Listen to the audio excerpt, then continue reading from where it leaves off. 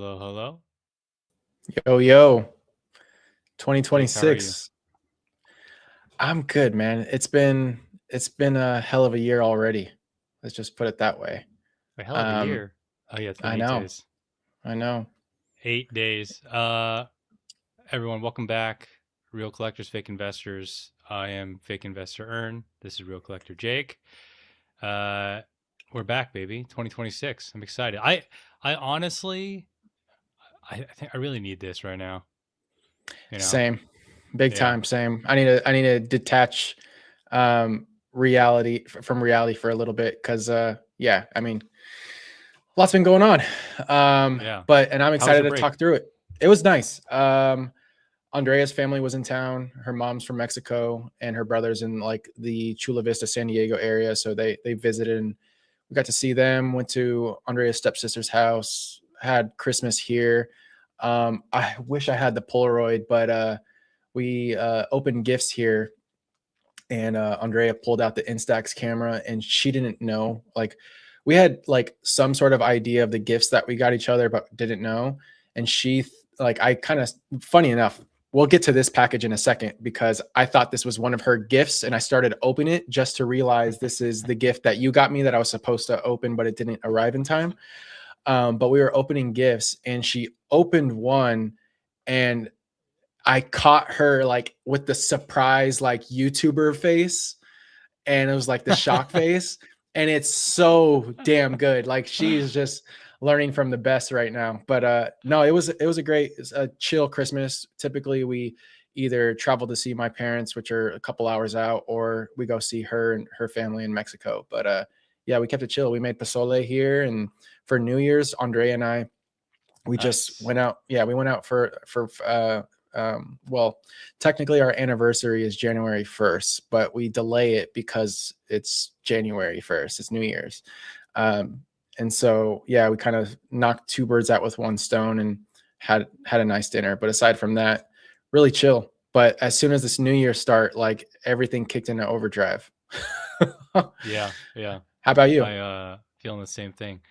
I was in Dallas, Texas. Shout out to I don't know why I said Dirty, that. Shout out dirty. to our southern friends. I was visiting my wife's parents. We brought our daughter. Um, a parental story.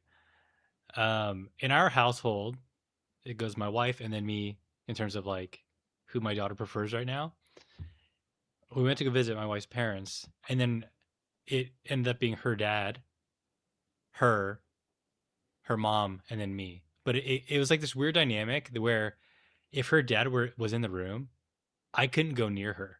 She would be like, "Daddy, no, go away, no." I'm like, That's what is so going funny. on? And I hadn't experienced that, but I was just reading online. Like, it's very normal for kids to just like change who they prefer and depending on the dynamic and who's around. And so, um, I worked a lot over the break. I went to, man, I got to show you this video. I went to the Frisco Public Library. And if Ooh. you want to see what a city does with tax dollars when they actually care, dude, this library looks like a tech company. The library we went to in Seattle, I think it was after you had already left, was crazy. It's beautiful. The architecture, it feels like you're going through a maze, all these different levels. So I'm sure. I want to show you this real quick. Show, add to stage. You see this? Whoa, that's not a real fossil, is it? Yeah, it's a real That's gotta, fossil. no No, way. I it's would. fake. Sorry, definitely not real. It's way too clean. Oh, that is But so cool. there's a nice video. This thing Very nice. is like a Bay Area tech company building. Very I was nice. gonna say it looks like I'm walking into like Airbnb's HQ or Apple. That's funny. Yeah, That's there's really the nice. dinosaur.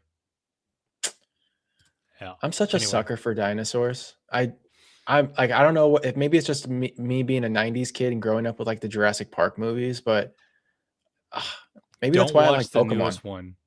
Oh, it's The newest one terrible. is Oh, bad. it's so bad. Ugh. They just need to know when to stop. And I mean, studios they just print money. So they think, oh, we'll just name it Jurassic Park and it'll make money regardless of how good it is. Well, But like someone came up with a storyboard and has to hit these specific things. Make sure this movie hits these specific things, and then when movies do that, you're just like, they could have like the yeah, family. They probably could have yeah, cut the family out. You know what I'm talking yeah. about? And in the newest, in the newest one, I agree. I think 1 and 3 are my favorites personally. Two is What? like What's three? 3 is the one with the brothers, I believe, and they're one of them's like on that bridge in the fog, and there's like the pterodactyl attack. Oh, Yeah, yeah, that one was really good. I've not seen this in years. Yeah, I know. I kind of want to rewatch those during the holidays. We have a tradition of rewatching like Harry Potter movies. That's like probably the only like I guess holiday tradition, and we were lagging, and we actually didn't start until like close to New Year's. Um, yeah, there's just something super nice. And she's never read any of the books. I thought that was shocking. Did you read any of the Well, books growing up? No? I was not Wow. a reader. I was a I'm video not game a player. reader. She's the reader. That's the thing. I was a video game player, and those are I like the only books I read. I read the first I 3. read Game Pro and Nintendo Power and how to get cheat codes for video games growing up. Same. That was it. I never read The good books old and days. yeah, the good old days. Yes. Okay. Sorry. Self-discovery. Have you ever played Earthworm Jim? Oh yeah. People have played Earthworm Jim. I think Super Nintendo game. It's also Yeah. a cartoon. I think. Um, I was in the fourth grade, and I asked this girl in my class. And I've known her since I was in kindergarten, so it's not like a random girl. I asked her because she had the internet at home, which is like I'm dating myself, but like back then we didn't have the internet at home. Like we Yeah. had No, either I dial remember. up or Yeah. whatever, AOL. Yeah, yeah. and AOL, and like we had to go to the library, the public library, because we couldn't look this stuff up at school. So I asked her for Earth. I asked her, can you find Earthworm Jim 2 cheat codes? I wrote down a piece of paper and I gave it to her. Right. It's like days later, I get called to the principal's office, and she basically like was crying, told her dad, and her dad's like, this kid made my daughter look up inappropriate stuff. Wait, what? And I still don't know what she found, but I just asked for Earthworm Jim 2 cheat codes. I'm so curious. And dude, the principal Probably sit down with scarred me. that poor girl for the rest of her Oh life. my god, dude, I was dying. I was crying. Oh man, yeah, That's actually so funny. yeah, yeah. I got in Those were the trouble when days. I got in trouble. I think it was my parents set me up, but um I was on AOL chat just cussing up a storm, baby. And I Typical. think my dad or yeah, my dad or my stepmom probably saw the chat messages after I had like logged out or something, but they pretended like AOL mailed us an email saying like your son did XYZ. So I was like, I'm never cussing again on the internet, but I still did. Like I totally still did. Man, those are the good old days, man. Yeah, That's those are the good crazy to old think days. about. Um, I remember like looking up like Dragon Ball Z fan art back when like oh, that's Dragon a Ball was dangerous super one. popular, and Yeah. like seeing what like the future Super Saiyans would look like in like Super Saiyan XYZ form. Um yeah, no, I miss those days, but we're in 2026 now where AI is taking over and we no longer have to think for ourselves. Oh, sorry. Did you know that Goku Super Saiyan 4 is now canon? Is that the monkey one? That's the long hair, black, long with Yeah, black yeah. hair. It's got like them. Yeah, yeah. It's from GT. I didn't know that. Hmm. I saw I a didn't. clip the other day. I would have just assumed, but no, that's interesting. Are Yeah, you more of a Goku person or a Vegeta person? I'm more of a Trunks person, honestly. Oh, that's a cop out, but I'm a All Vegeta right, if I person, had and to then pick, I'm going Vegeta. I've always been a Vegeta I've guy. le- I think as I've gotten older, I've learned to appreciate Vegeta. Interesting. That's fair. He So does I have a think better I'm story yeah, arc, I think. Yeah. yeah. As a kid, you just want to see them fight. You just want to see the fights. You wait 6 to 10 Yeah. episodes for that one scene. All right. All right, cool. Welcome back. I promise we're going to talk about Pokemon today. Real Collectors Fake Investors, episode 7. 7 episodes. We will get to 100 episodes one day. It's That gonna is a take a while, but promise. we'll get there. It's going to take a while. We got a lot of different topics on the docket today. It's 7 o'clock. I don't know, 2 hours, two and a half Sounds about hours. right. Sounds about I've right. been getting amazing sleep. That's not going to happen tonight because every time we end a show, I start rewatching it, and I also can't go to bed right away, and Same. so I end up going to bed like an hour, 2 hours later. Yeah. Anyway, top flips, top flops from last year. Real quick, we were gonna have this stream 2 weeks ago, 3 weeks ago. I just couldn't make it work at my in-laws' house. Yeah, that's Logistically, totally I valid. had this great idea, dude. I was gonna film from my father-in-law's car, um, like our episode, but it just didn't work out. So Yeah, maybe another don't time. don't do all that. No, Yeah, I had to bail on you once, and so now we're even.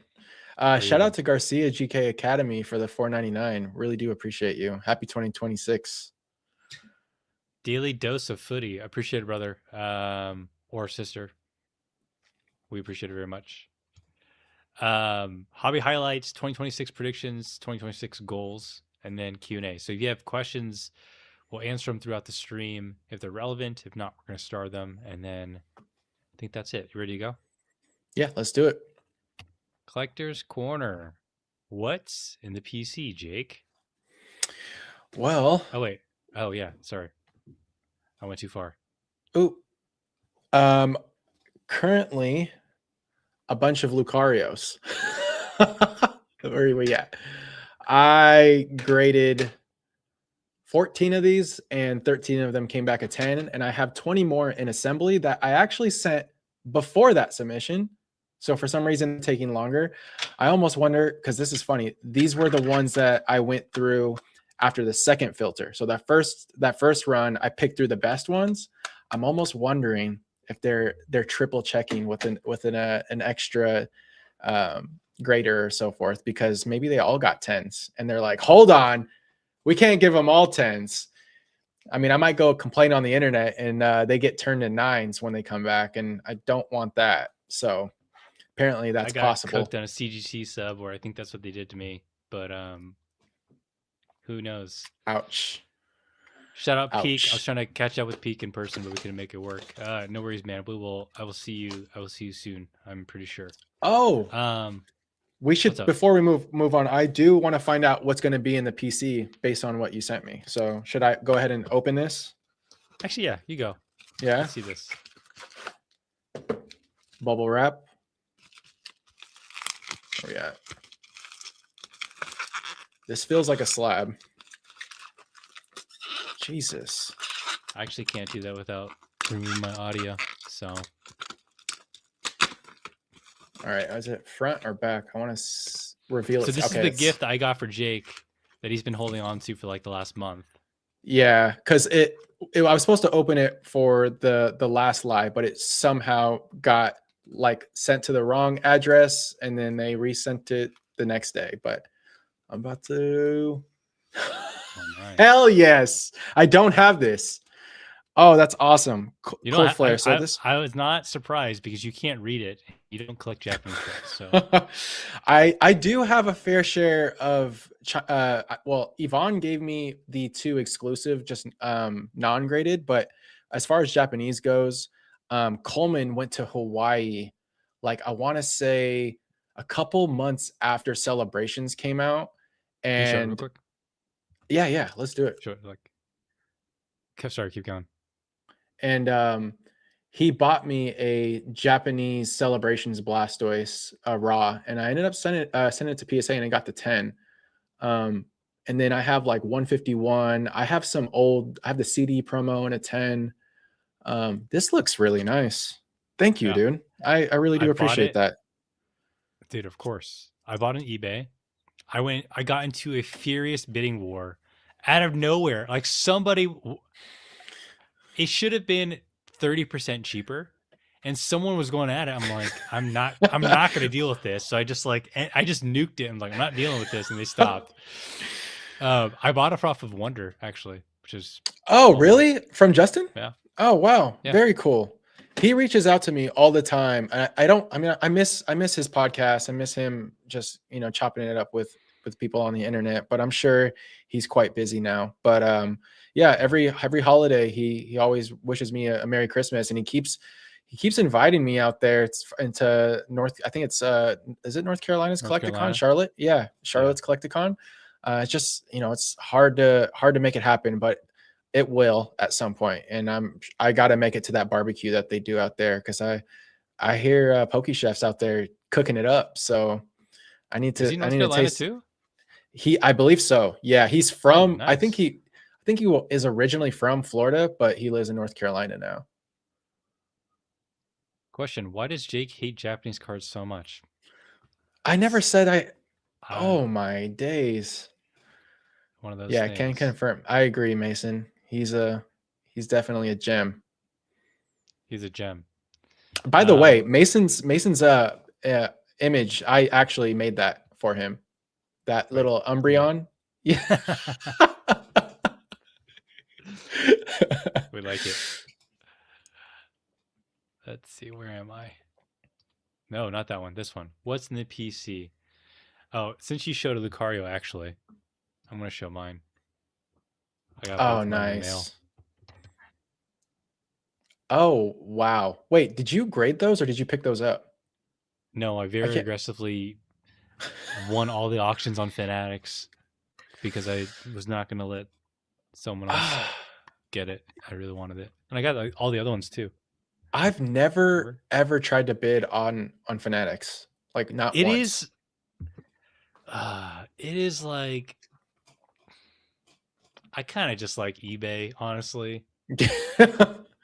It's just like sometimes it's super frustrating because an auction can go on like an hour Oh, after yeah, it's yeah, because the it ended. extended bidding. Yeah, yeah, yeah. Yeah, That's get the super skunk annoying.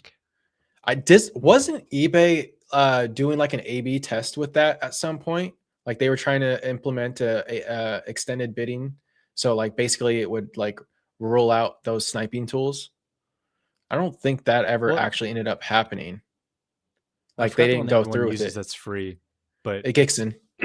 Gixon, yeah, it's so easy to use. Like if you're gonna bid on eBay, there's no reason for you not to use it. Yeah, Um, that's in the PC, and then those also I are wanted to show you nice. The this, pristine really does look good.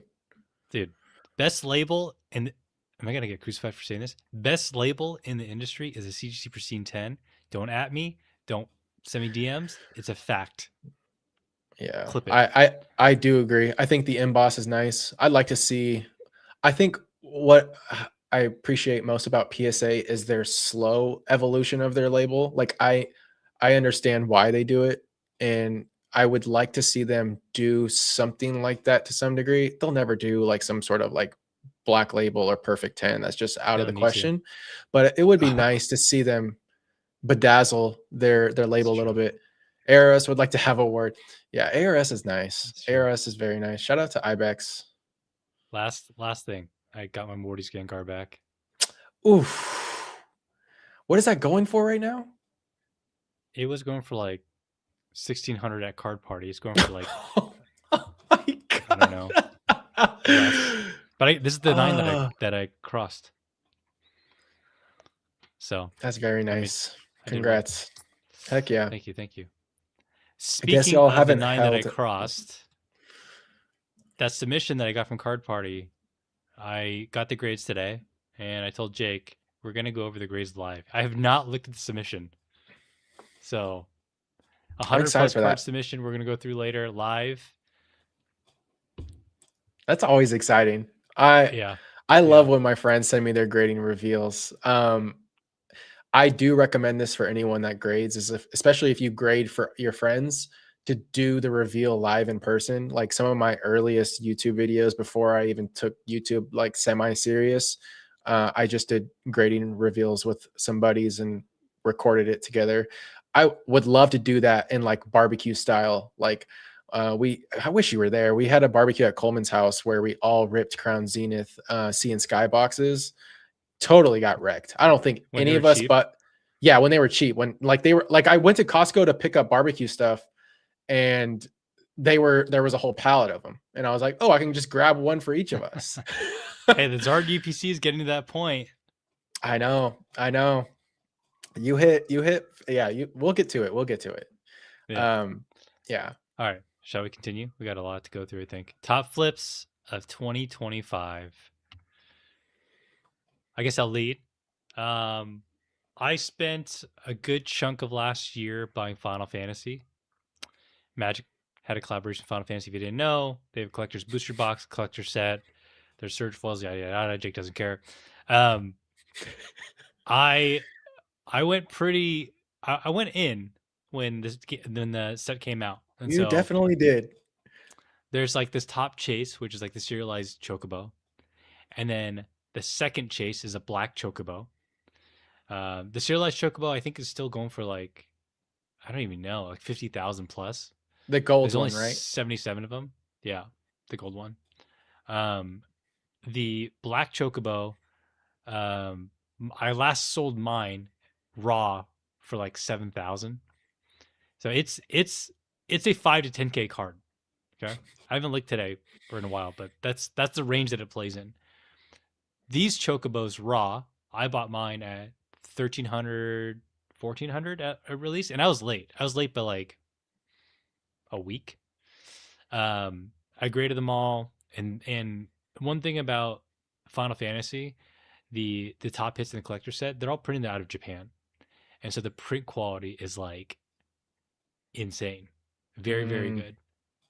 There are more BGS 10s than there are of any other BGS grade, 9.5s Oh wow. or otherwise. And so, I bought a ton of these, graded them in Express with PSA, BGS, and the 10 range, like what this sold for, was like anywhere between, most of them were 2,500 to 3,500. So you do the Wow. math. I did pretty well. Heck yeah. I only have one left though. I sold everything else, and I got out of it at the right time because all the investors started to dump all their cards After when they Spider-Man, right? realized, yeah, after Spider Yeah. Man. Well, right before Spider Man. It's dark out there for some of the cards. Like the market price for the cards are still, for these ones, are still 1,500 plus, and a lot of the top other cards are, they retain their market price, like give or take 20 or 30%, but the sales volume is basically like nothing. Yeah, I feel like I was actually surprised by how much this set was just in demand. Like, don't get me wrong, I understand the excitement over Final Fantasy. I wasn't personally like a big PlayStation like gamer back in the day, so Final Fantasy wasn't like at the top of my list, but I understand the fan base. I just wish, I don't know, like I've never seen Magic as something that you grade. Like it was it's is that weird? It's not. Is that No, it's not. is that the well, so I used to make market videos on this, and I would get destroyed in the comments for two reasons. You're making this about the money, blah blah blah blah. It's like, okay, yeah, I get it, yeah yeah yeah. I'm used to that. The other one was like, what kind of idiot grades Magic? And that was consistent, like consistent. I've heard that like the like players within Magic is pretty toxic. Um and I hear I the same I don't know. semi same about Yu-Gi-Oh too. Um but I'm sure there's a yeah, bunch of I don't know. Pokemon I, kids out there, dude. yeah, I mean, I was intrigued with some of their collabs. Like I think they did one with Fallout. I didn't look too much into it just because it's Magic and I just don't collect it. But like I did watch a lot of your videos on this while you were in the process and doing a little bit of degenning. And it taught me a few Responsibly. things. It's just yeah, don't definitely. And I listen to Rudy when it comes to these things too, just to hear his takes and for the entertainment. But yeah, here we go. We got more. We got more Sorry, Magic. I didn't mean to Let's cut you no, off. I was just no, you're trying to good. peep. Yeah, I don't know. Like to me, Magic just doesn't, it doesn't ring collectible in that sense to me. And that might be a hot take. I don't know. It also is just not something that I grew up with. I remember seeing it when I went to Pokemon tournaments as a kid. Some of the older kids were playing Magic, but it never caught my interest. It it's it's a played game first.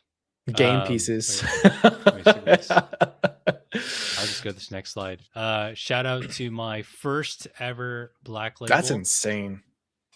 So I think I said that's earlier, the Surge, right? That's the Surge foil. The type, the texture type. There's more BGS 10s than there are 9.5s, and so I graded like probably 30 cards with Beckett. 5 of them were 9.5s. The rest were BGS 10s.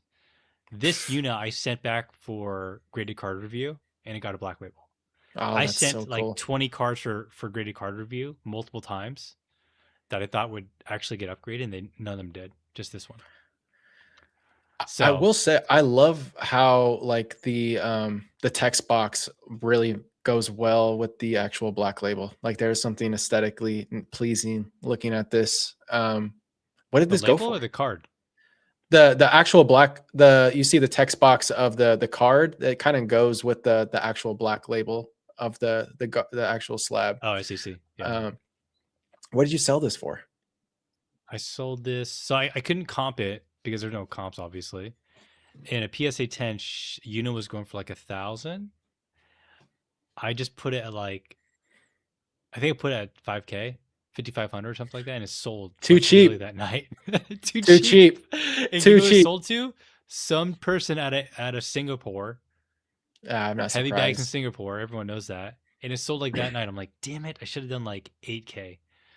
Yeah, no, you have to 10x it. That's the whole Yeah, point of a black yeah. label. It's 10x the PSA 10, if not more. Come The on, the Ern, you've been the here too only long. the so I thought the same thing. The reason why I didn't do that is because there's already 3 of them, Ah, and and yeah, kind I of mean, felt, these were gonna move into the pop faster than like let's say a Scarlet and Violet black label yeah, PSA 10 or black label yeah, 10. Yeah, that makes and they're sense. easy BS 10s. And what's So I this graded. other card? Is that another Surge? This is another Surge foil, Sephiroth. He's one of the main characters in Final Fantasy 7. He's the antagonist. Blah blah blah blah blah. Um, I spec a lot into Surge foils, more generally speaking, and graded basically everyone that I that I could. I kept like a master set of most of them. Okay. This card.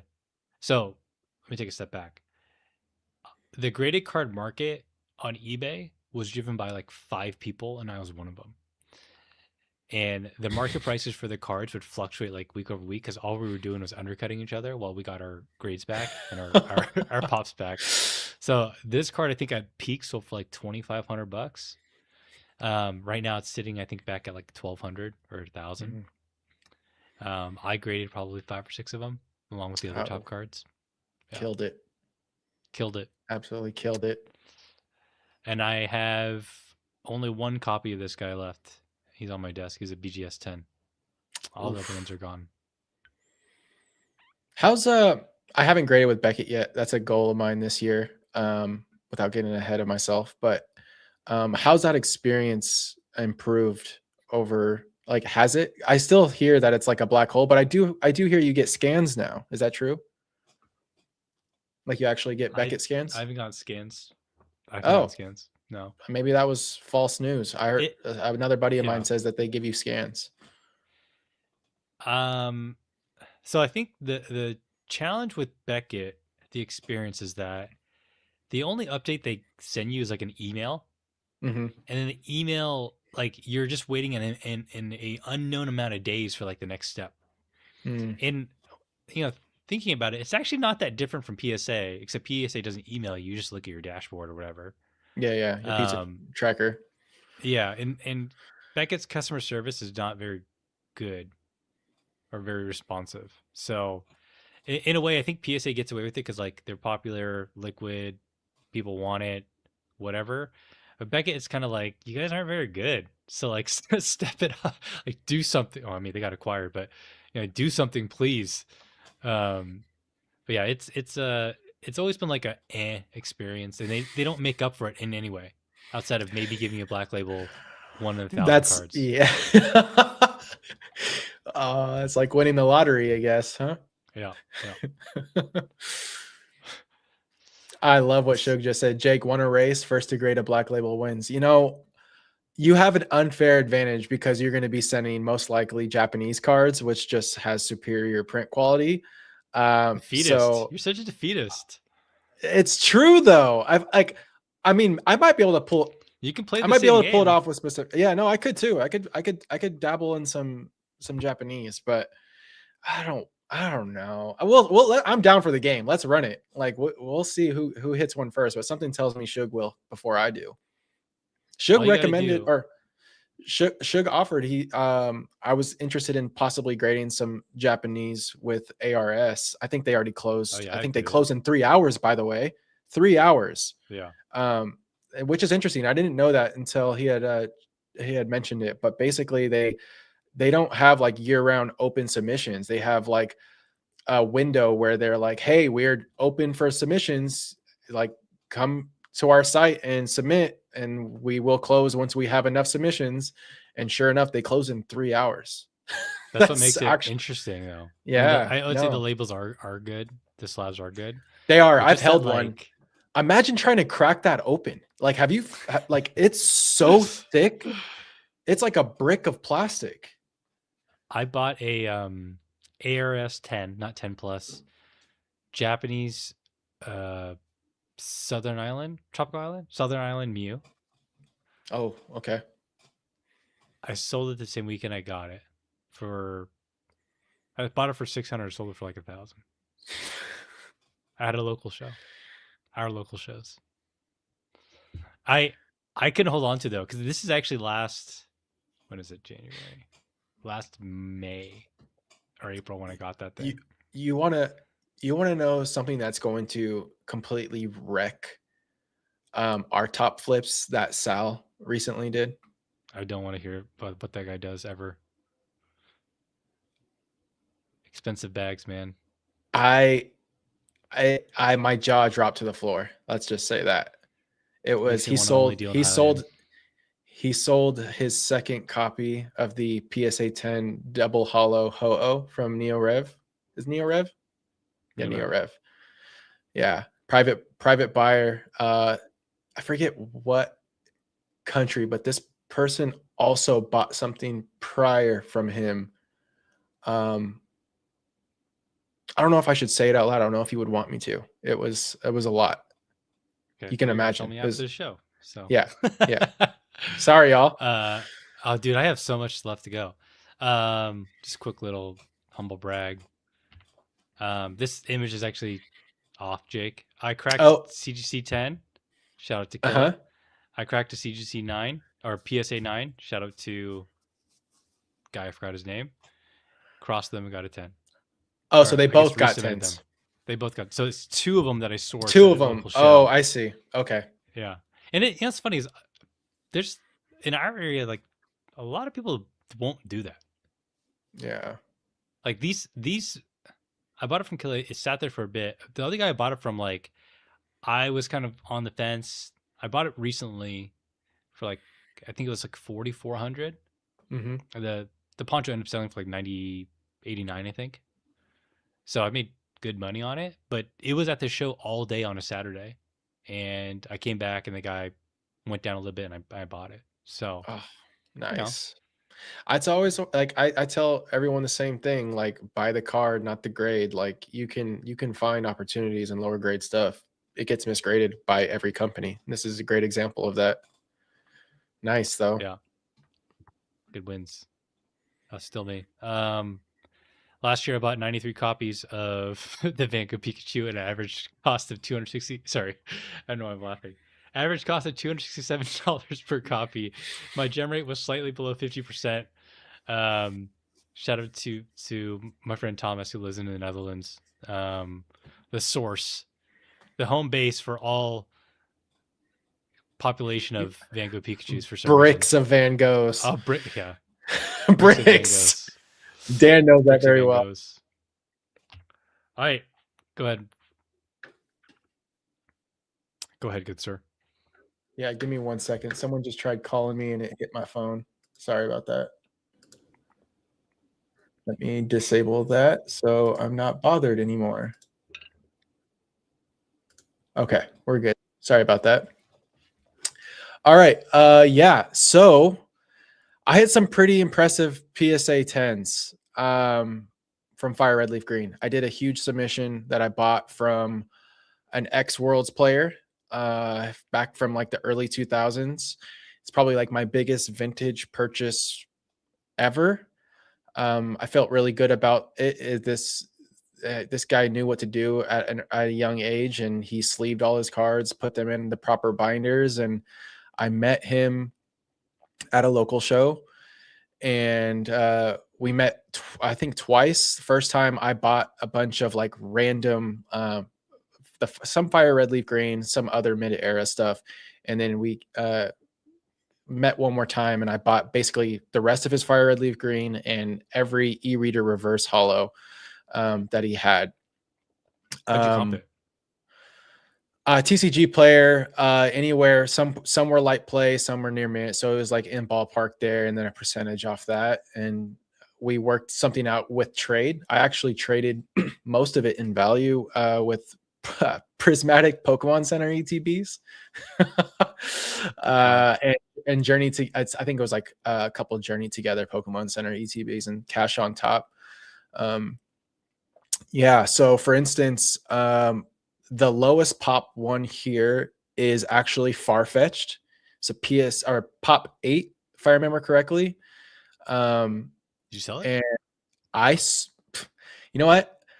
I had recorded a video of the reveal, and before I uploaded it, all 60 something cards were gone. I think I think I got 7 10s. I think I may have been missing one here, but the rest were mostly nines. I got like 40 PSA nines, and then like a couple sevens, a couple eights, 1 6, one random 5, I think.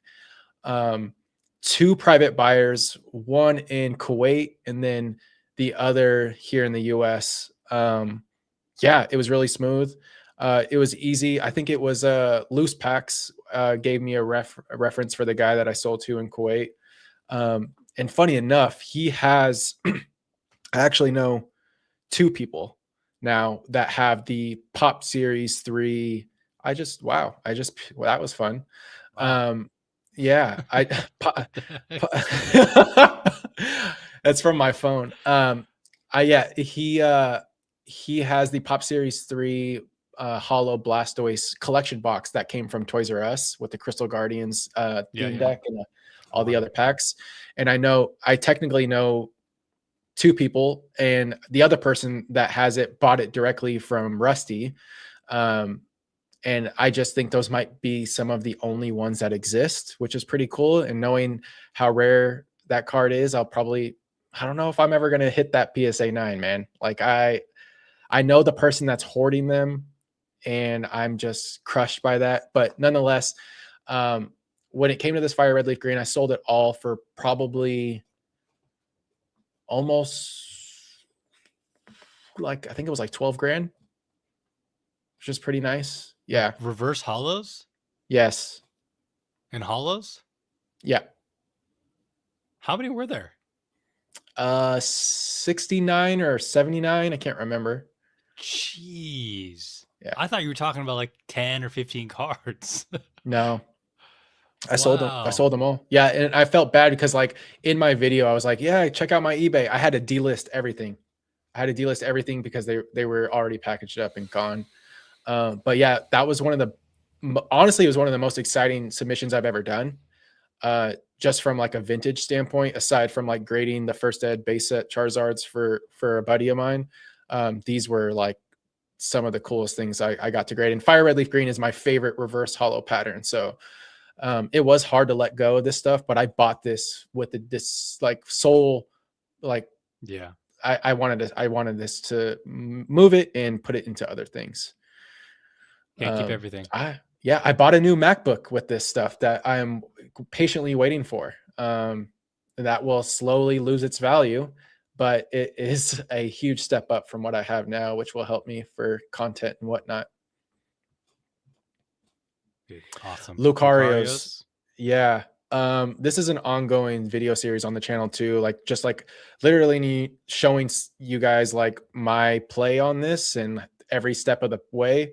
Um, I bought a ton of these when they were like $2 to $3 a piece. I made a video where I went and searched through like 100 of them to find like, I think I sent out a submission of 20, and then I sent out a submission of like 14 and another submission that actually came back faster.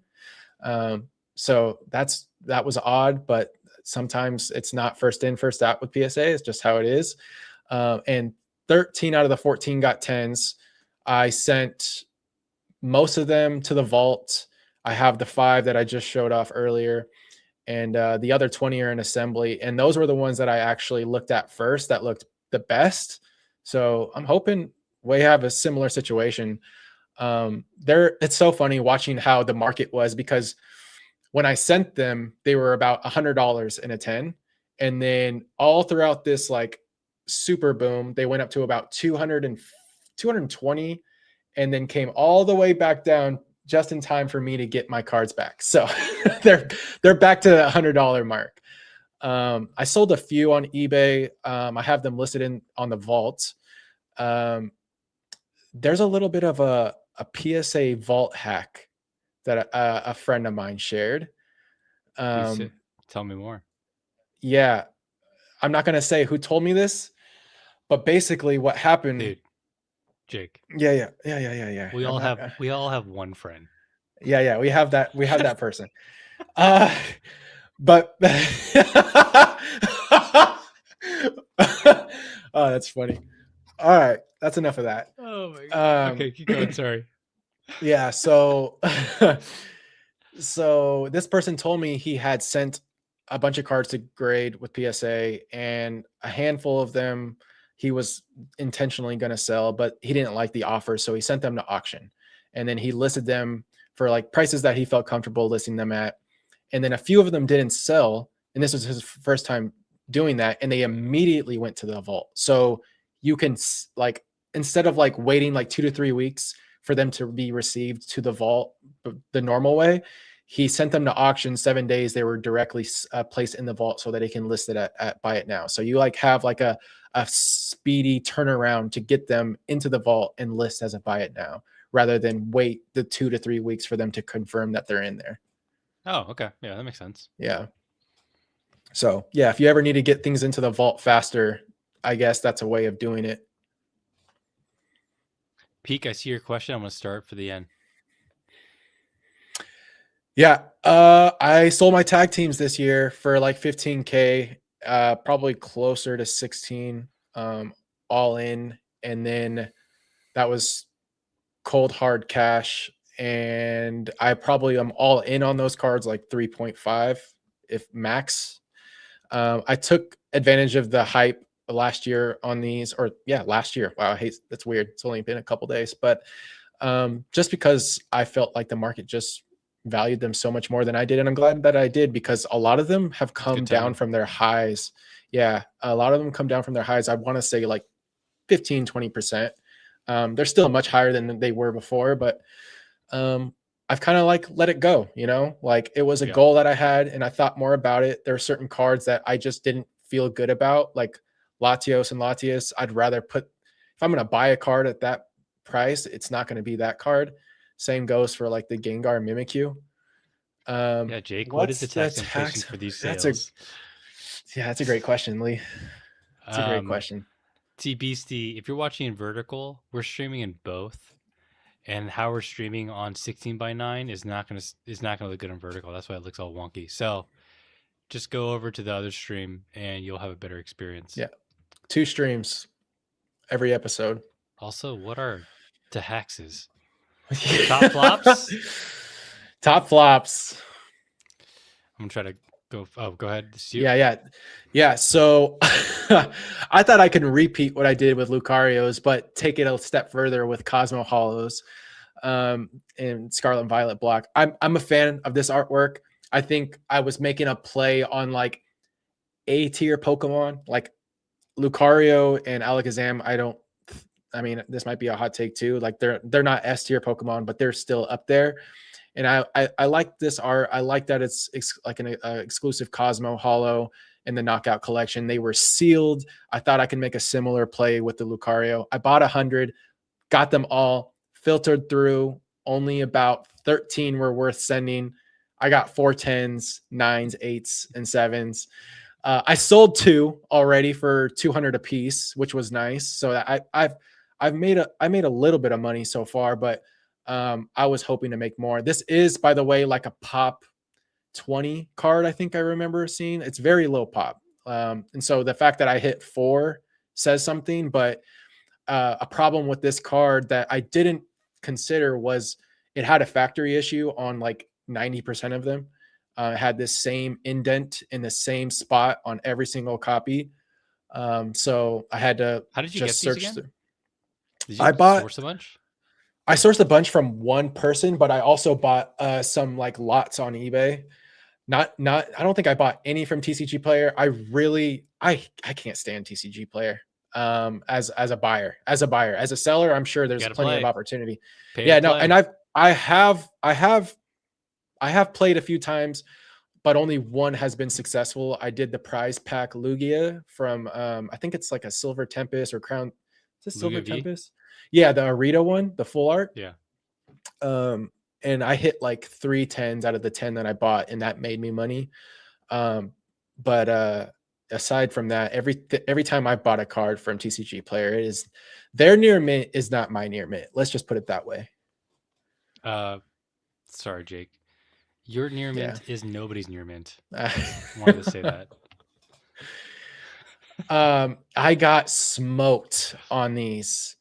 If you watch my video on this reveal, e-readers are tough to grade. Reverses are tough to grade in general, right?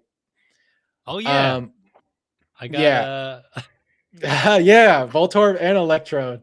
And that was part of that let's submission, go. but I actually edited them out of the video because I didn't want you to know that they were in there. Yeah, I gifted those to Earn. Literally every single card, I think it was had to have been like 70 e-reader reverses that I got from this X Worlds player. Uh, they're Dude, beautiful. sorry. Like, Is this guy still around? Is he just trying to liquidate? Like, how's his uh, situation? You need money? Does he need uh, help? I've been in and out of conversations with him. I will say, I wish I bought more. Let's just put it that way. That's how it always When I is. had, it's when I wish I bought more. But I do think he ended up sending some stuff. And from my knowledge, he hit a pop. I think it's a pop 1 Skarmory is it Expedition Reverse, the Masago artwork. Wait, Skarmory. there's no way it's It's a pop one. reverse. It's something stupid, super stupid low. It might have been Skarmory or it was something else, but it was a reverse e-reader. Maybe pop 2 or something like that. I can't remember. But man, I wish I bought more. There was a lot of other random stuff that when these opportunities come about, like they sometimes seem too good to be true. It's And pop 7 now.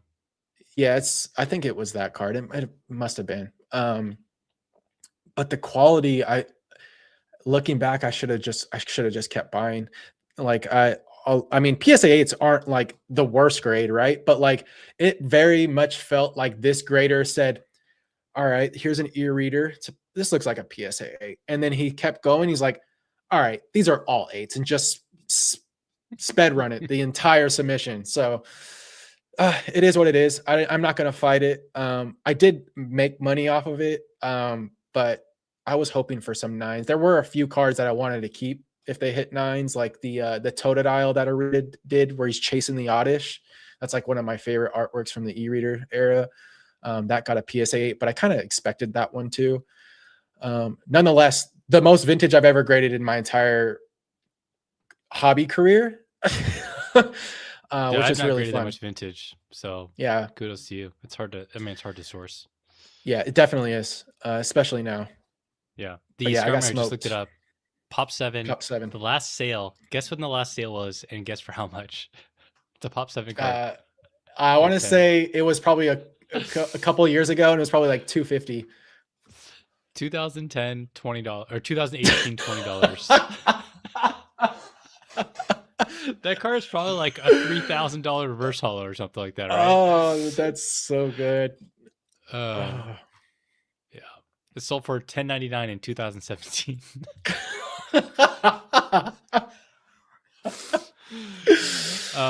My turn. This is not really a flop. This is more of like I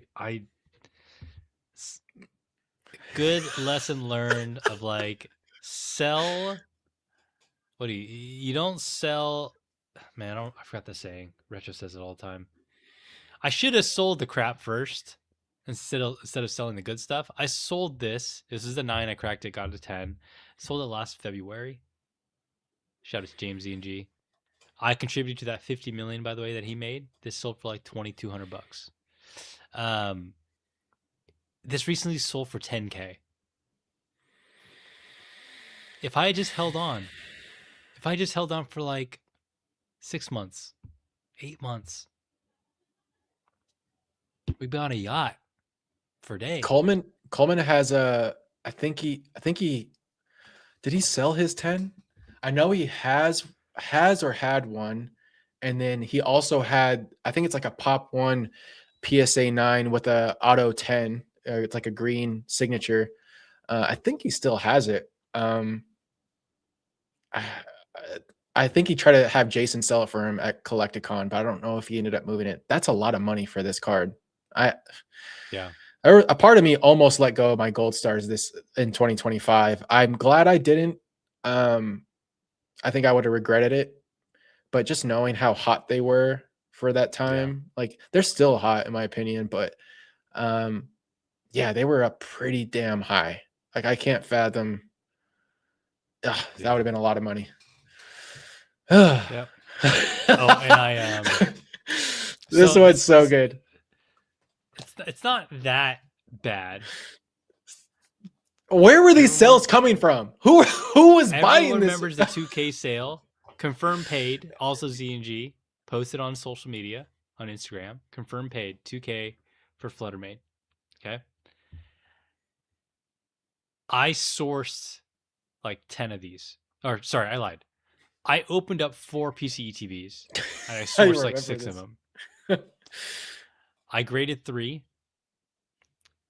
2 came back a 9, 1 came back a 10.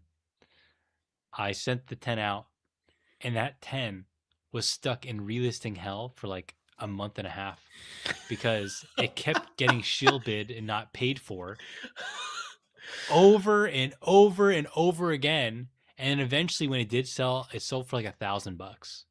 That's So still so if you, much money for this yeah, damn it's still a lot of card. money. But Oh, lesson learned, like this whole like modern market and all these like random cards, recent sales, market data, like it's dude, do BS. not believe half of it unless one of the only seller who does this is Z.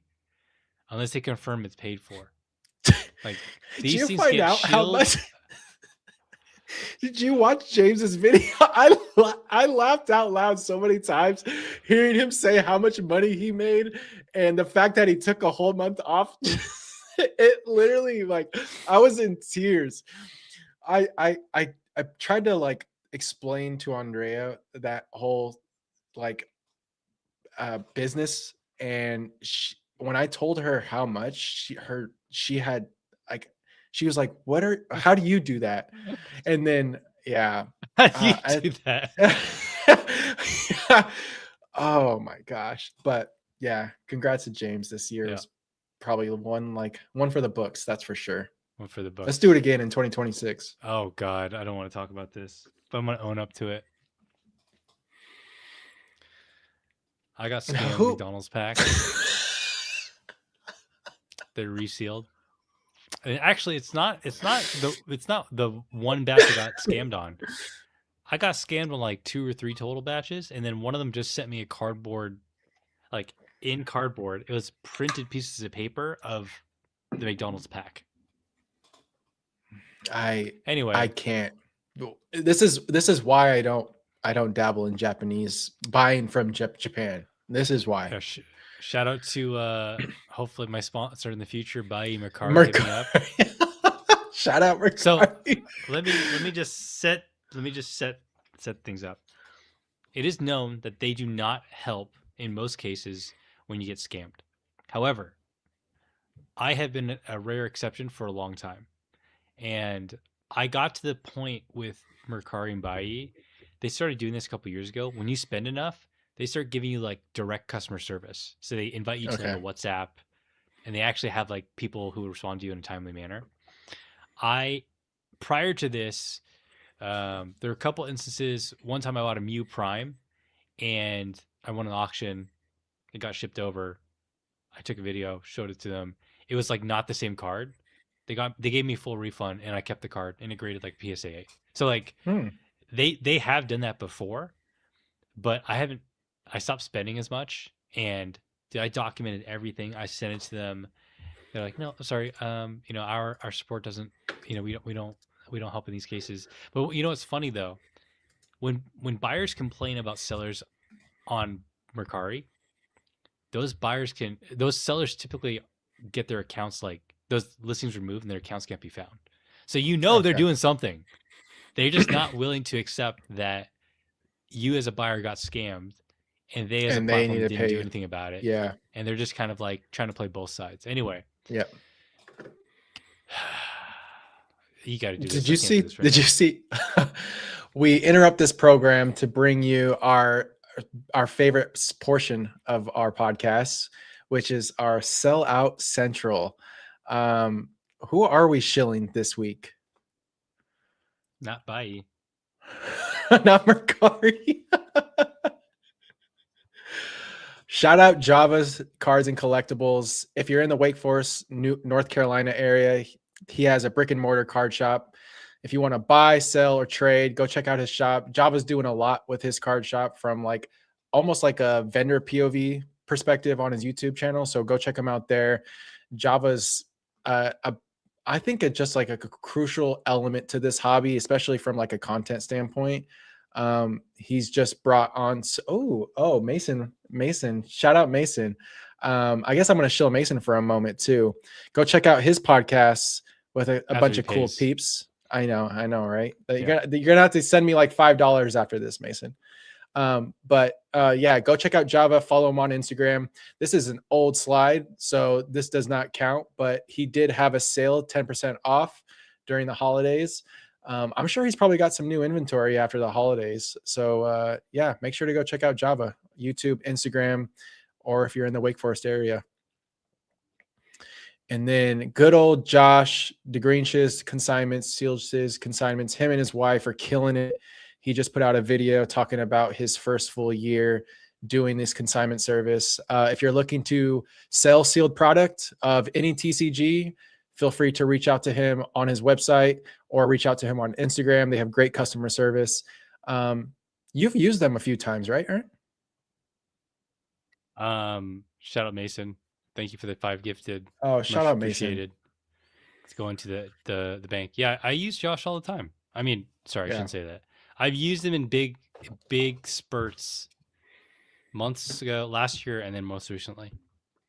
I think what I'm going to do is I'm going to ask him to sell loose booster packs one by one on his eBay service and see if he takes that in. So like 100 packs, individual Hey, loose packs. as long as they get paid. Isn't that James? I mean, that's James' business model. As long as Yeah, I can sell as it, long as you it's can send me paid. whatever. Yeah, great businesses. Here's his consignment rates. They may have been changed into the new year, so make sure to check his website to validate. But this is what they were doing at the end of last year, so pretty fair, honestly.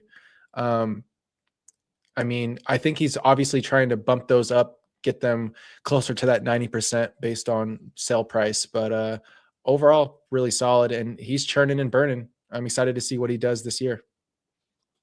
Yeah, I like working with them primarily because, so shout out Megan, very receptive to feedback, changing things, and also responsive. Whereas like most of the consignments, it's like, okay, Yeah. DC Sports, Uh-huh. They're never going to watch this, so who cares?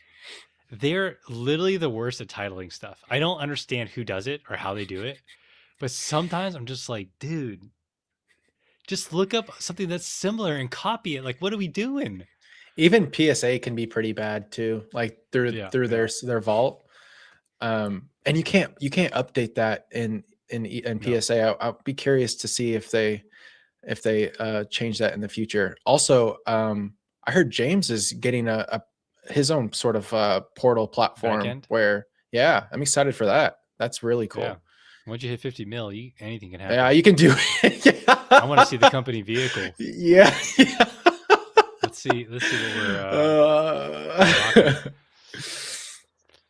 and if If you are looking, yeah, go ahead. No, Ern, this is you. Go no, go for it. ahead. I'm still that McDonald's thing We should still are got me we shook. are we are looking for more people to shill. So if you're interested in replacing Mr. Mime, his arm is getting tired. He needs to take a break, get a snack. Feel free to reach out to us on Instagram. We'd be happy to build out a slide for you. And yeah, let us know. This is where we're Everything at. that VS Pack all the money opening meter, that baby. we make from the videos and the gifted subs and donations does not go to me, does not go to Jake.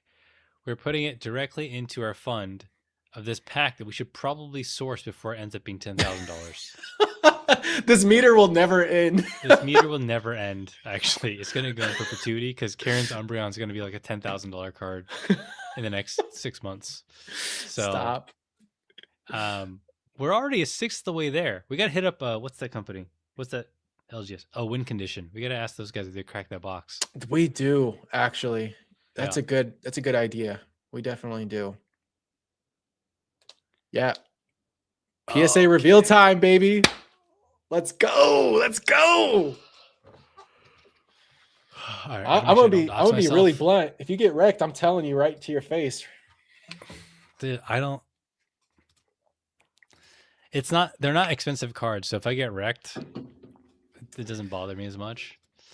Hold on, let me make sure I pull it up, and while at the same time not seeing the grades, and also not doxing myself. I wish you All could right, have the so reveal experience that you have on mobile on desktop, but they don't have that set up that way. I need to open up a different submission to make sure that where does my private information show up? Oh, yeah. I would open it full screen so that you can just see like the offer and the full screen front of the card scan. Like click view grades. Yeah, yeah, yeah. Not like Mm.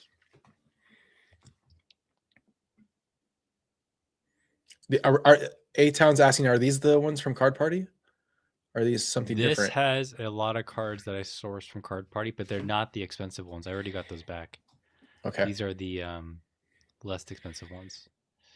We're going to remove this. We're going to add screen. Got to make sure it's the right screen.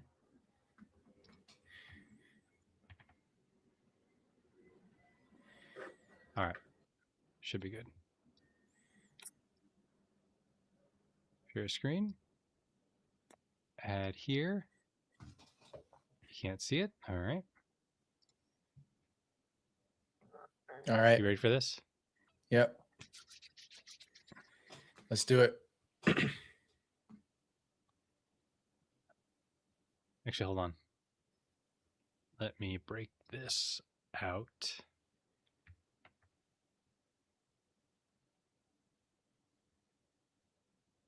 I'm getting nervous. All right. Better? Good? Yep. Looks good. Here we go. I will tell you guys something, though. There's like 6 Pogo Mewtwo's in this submission, just so you know. And they're not being sold. Let's go. All right. There's 100 cards, so we're going to go fast. Hey, we already have $4,500 of offers. Thank you, PSA. Hopefully, they don't offer me something on money on 9s and then getting them 10s behind my back. Oh, wait. Don't go there. Don't go there. Go up to where it says view grades. Oh, Yeah, we're yeah. gonna. Oh, Yeah. okay. We're getting right into We it. got a 9. This is what we expected with this card. Cooked. Let's just see the back. Tell me why did maybe Tell me. That bottom right, white corner, Dude, buddy. I'm gonna slap. Yes, sir. That's My not. X-ray vision's coming in through the Stop it. screen. I'm gonna look up this cert overnight. It's gonna be a 10. 10? Here. Okay, before I flip this, I promise you, this thing probably does not look as good as the other one. Oh, I lied. I mean, there's still This one's actually subtle white. immaculate. No, this one's good. It is Good nice. sourcing me. There's a little bit of a white dot on those top right corner and bottom right corner, but it's nothing. Another 10. Nice. How many of these did you send? I blind bought 50 of these, and Nice. I graded 14 of them. Or actually, you'll see how many I graded. I sold the rest for basically what I paid. 2 out of 3 now? Free play. 2 out of 3. All right, let's go. 4. All right, over under. This submission is 50% of the cards are 10. And there's a total of how many cards? 103. So it's like 50 of them in here. I'm saying you get 35 10s. Ouch. 35 10s sounds fair. That sounds 50. Generous. Out of 50? Over 50, I think. Oh, okay. So let's say like there's like 60. I'll give you 40. We're at 4 out of 5. Nice. Yeah, this one 4. Okay. Oh, damn.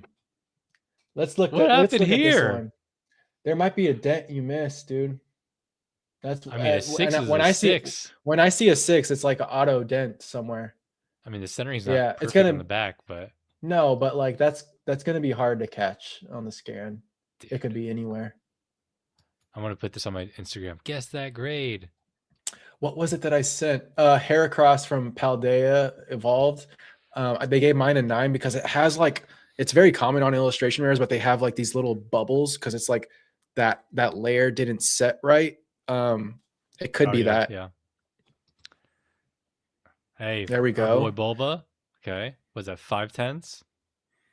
That's pretty good. Oh, I said 35 Victinis, not 35 total 10s. No. No. That's not what I was saying. I expected to get more 10s than that. I graded 6. I got 5 10s. I remember we gotta go 44 Victinis. Yeah, let's keep going. Another 10. Okay. Yeah, these are easy.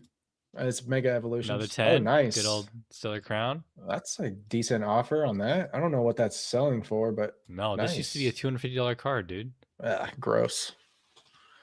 9. All right. All right. 10. I might need one of those. I still think I need that. This one looks pretty good.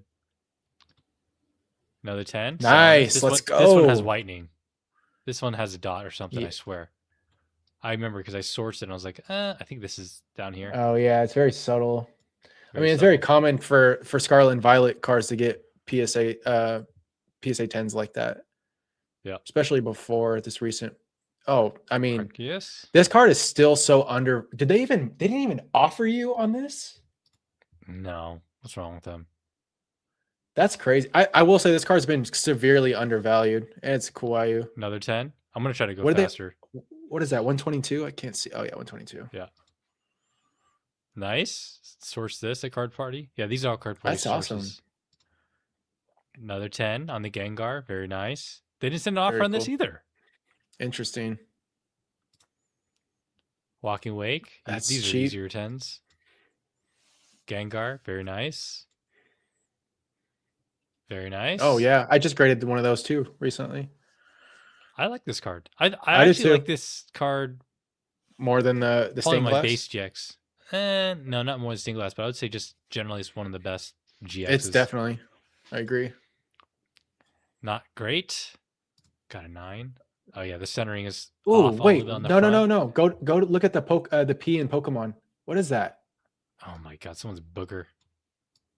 Oh, that looks like a fuzz or a flea. One of the two. Yeah. Come on. Someone's sesame seed from their bagel. Yeah. No, I was hoping this would be a 10.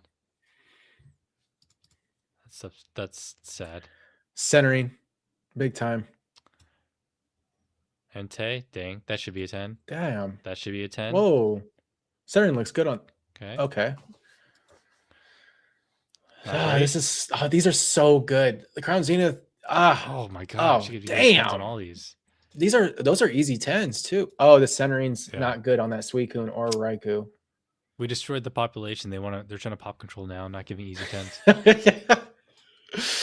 Raikou. Glaceon. This should be a 10. But it's That not. card's gone up so much. Yeah. Same. I'll count all the 10s in a later session. $38 for this and an 8 is a hell. I would instantly snap on that. Yeah. Bulbasaur. Oh yeah, my box. Wow, that's nice. very good. Those are not easy to grade. The box toppers are much harder than the ones from the. Wow, you got two. One. And another one. Oh, okay, yeah, I'll take one of these. A 9, and another one. Wow, that's solid. Let's go. Let's go. Let's go. Let's go. Let's go. No. Oh, I've cracked this card twice. I'm gonna crack it again. There's only like one. Do you like Mewtwo X or Y more?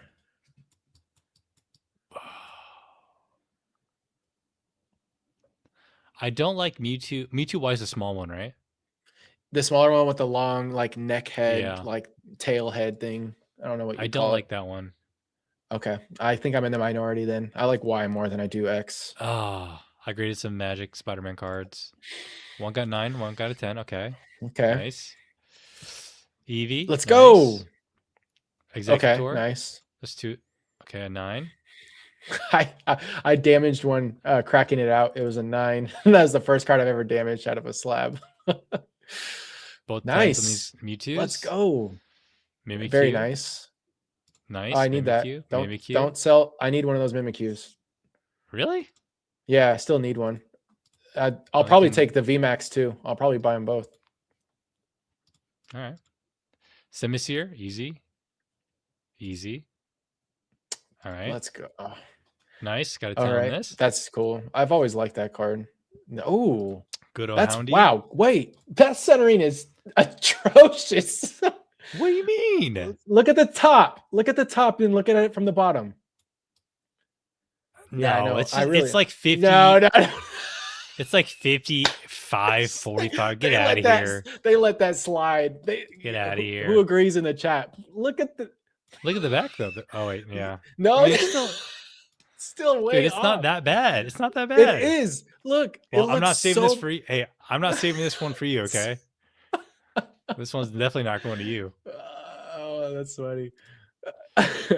Oh, Vulpix. Oh, damn. I hit it. $21 is a good deal. Yeah, it is. Hit a 10. There we go. Nice. This is actually I've come to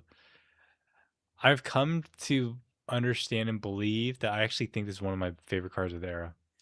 Arita just knocked it out of the park. I didn't even know this one and I just like Palkia's. The art. Yeah, I do too. It looks really good with the Iris card. Yeah. Bro, very nice. 70-30. You guys don't know how to grade. Get out of here. Starmie. Nice. Nice. Beedrill. Oh, hell yeah. Nice. Sylveon Chinese. Very nice. These cards crashed off the face of this earth. All of them. The Umbreon's like sub $300 now. It's very depressing. Eevee. Nice. Wow. Raging Bolt. Oh. This one was a stretch. I remember. Yeah, I do see the centering on that top to bottom is really thin compared to the bottom. It's much thicker. Oh, there's whitening on the.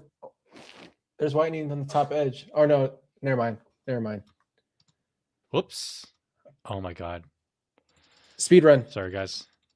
Back. Almost done. I promise. That's pretty good though overall. Like those Bulbasaur promos, those are. I mean, the offers they had are. I assume that card's probably like 300 plus right now. Yeah, I had no idea. Raging Bolt. Oh, that's a cool card. Do it again. Japanese Call of Legends. Wait, why campaign card? This is getting cracked. Oh, that sucks. Sad. Oh, Haxorus, nice. not great. Ah. Oh, there we go. There we go. 2. Heck yeah. Marnie's Morpeko, no. Yes. Ooh. No. Oof. Shite. Yes. Yes. It's a Let's $125 go. offer. That's crazy. Burger Chew, doing my Ba-da-ba-ba-ba. doing my With his duty and peas helping the pop salad. report. I wonder what These that's all at better get now. 10s. 4, 5, 6. Yeah. Ooh, These very surprisingly nice. are actually not easy to find in as 10 candidates. Mm. But the ones I graded, 2 Oh, 10s, Dom. I just realized the same artist that did the Mega Dragonite. 5, 6, 7, 8, 9, 10. So I got Ah, 10 out of 13 were 10s. This one that's not said, I mean, bad. this was a stretch. This one was not like, look at this top. Oh yeah, yeah, yeah, yeah. That looks pretty And bad. left to right too. Yeah. Yeah. This one The 10 though. last Wait a yellow minute. border Pikachu. Look at the subtle difference on these two. No, I mean the tens definitely better centering on that top side compared to the 9, but it's not like I've seen worse. Like I'm not surprised when centering like the previous one gets a 10 and this gets a 9. It's I still need These are to buy easy your 10s one of your too. 10s. I need one. Still don't have that one. Nice. I'm about to sell a bunch of Some these. good old 5 band. Nice.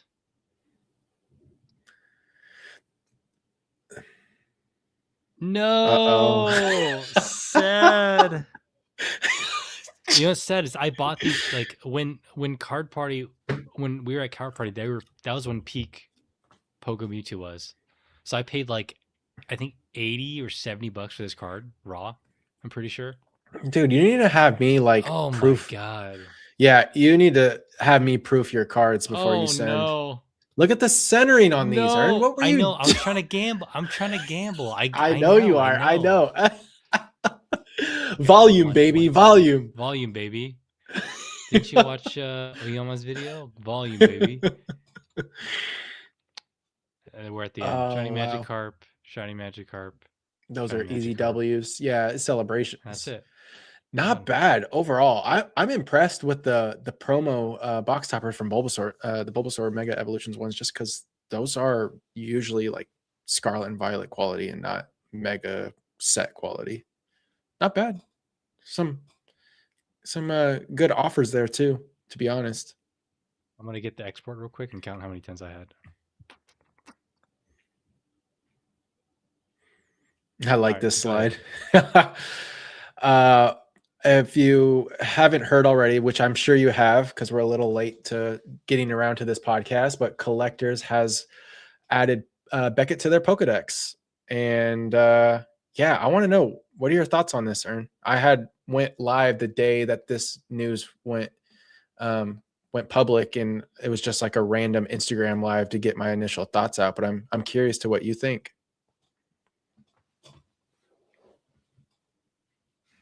I mean, it it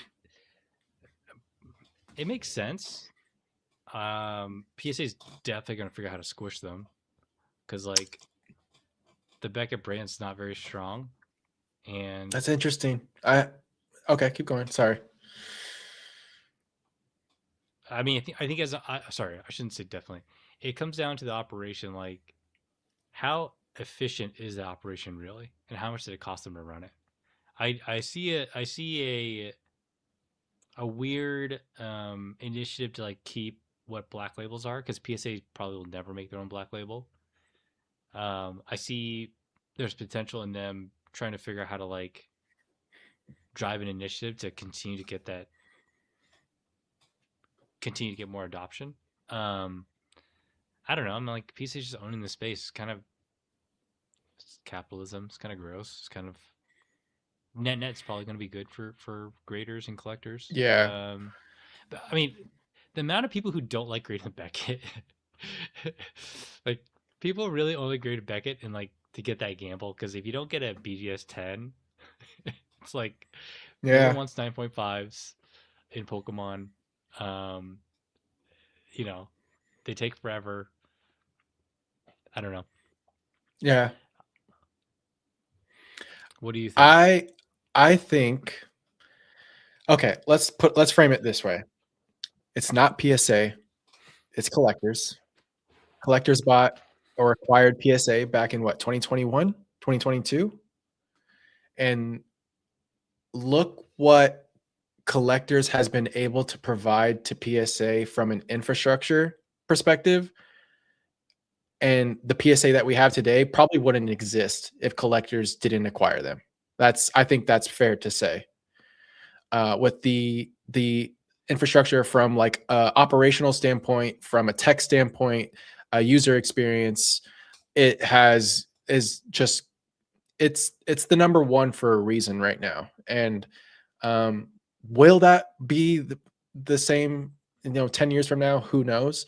Um, but if they can do something like that for BGS and build out a platform, and I am so certain, and I know Nat's talked about like hypotheticals of like what if we did our own black label with PSA and all these other ideas. They've been brainstorming all these other really cool ideas that probably will never come to fruition because it's not part of the PSA brand. But I'm sure collectors and PSA have thought about these ideas. But if they have acquired Beckett and they had their own ideas about how to frame a pristine level grade like a black label or a perfect, I'm sure they're going to implement something or integrate their ideas into what Beckett has now and overall just improve. Like, I forget who just mentioned it, but like a better submission experience. Imagine, imagine if BGS has an app the way PSA does and you can do similar things. But imagine what that experience would be like when you hit a black label, right? We get our PSA reveals, you get the little confetti on your phone. Imagine if they take it a step further and like, have you seen like how Graded Guard does their new guard reveals and how they do Yeah. these like 3D animated? They hired this guy out of I forget where, just this one guy that's doing all of those graphics. But imagine if they do something like that for the black label. It just it encourages people to want to submit with Beckett if you do all of these other things. I'm sure Beckett was desperate for something like this, if I'm being honest.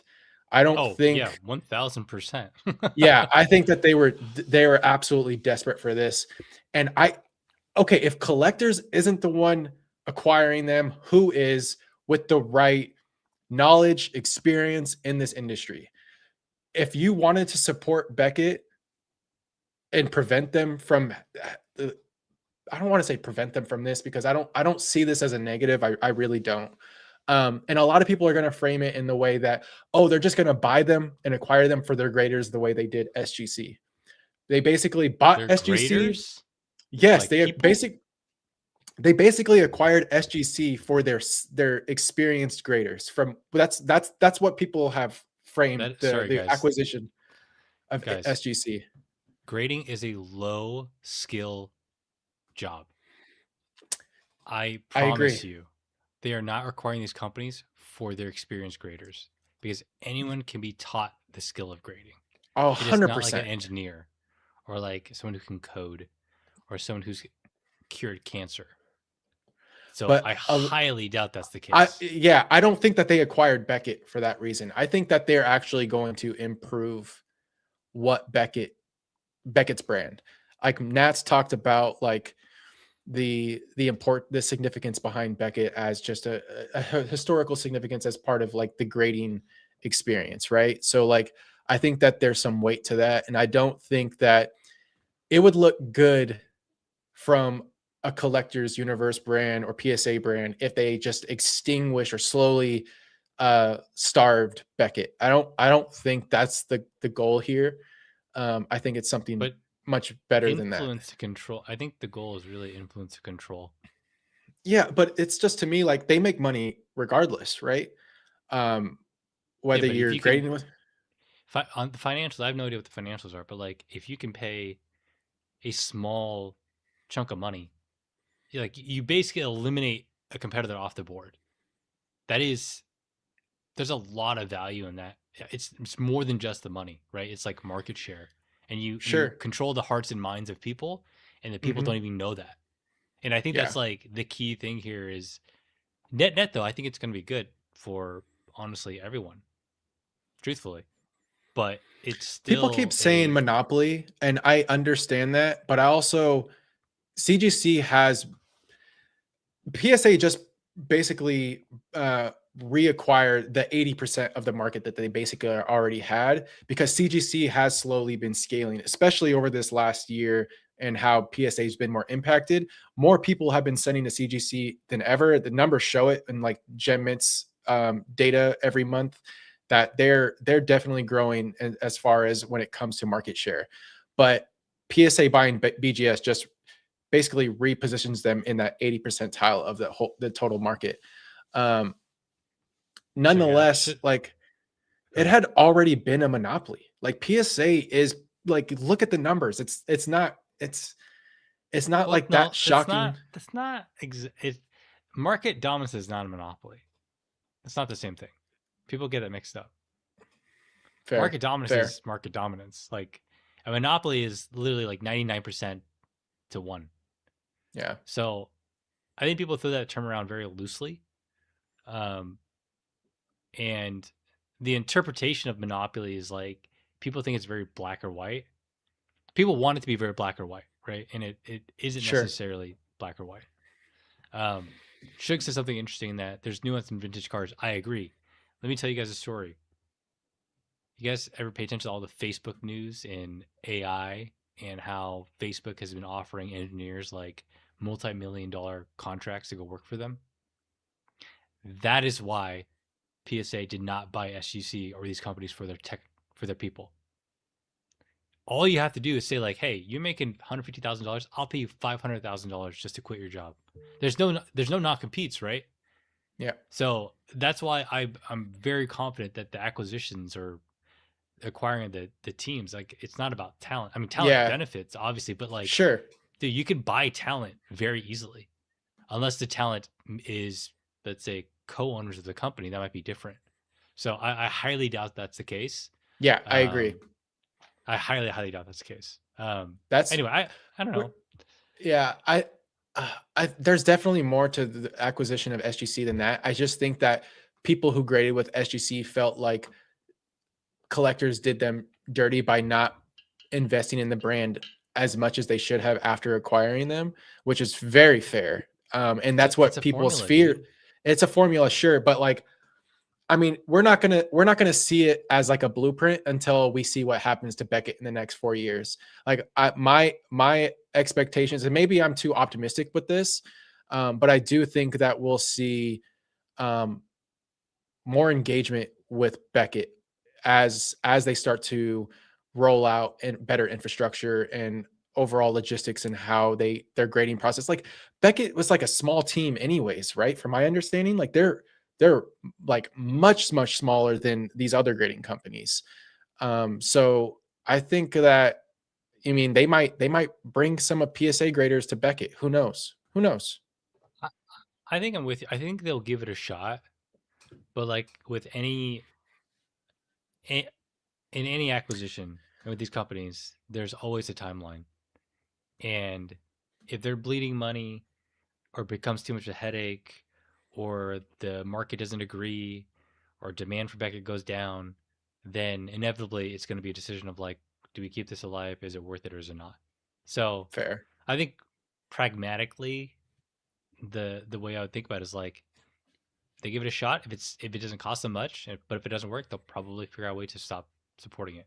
Just like how SEC's kind of like been swept under the rug. So, Yeah, it's just to me like SGC is kind of put in the box of like it's a very sport specific grading company, right? Like yeah, yeah. you're not going to see them grading TCGs or non like TCGs or anything other than mostly probably sports. So I don't see Beckett in the same light. I see them as um, someone that the people are grading TCG, non-TCG. I don't know how much sports is being graded with Beckett or has been grading with Beckett, but I imagine it's a little bit more broad. And the identity of Beckett, I think, has more weight to it than SGC, just overall. And I expect, I don't know, like I said, maybe I'm optimistic, but after seeing what Collectors has done for PSA over the last 4 or 5 years, has me intrigued on what they do with Beckett in the next 4 to 5 years, but only time will tell.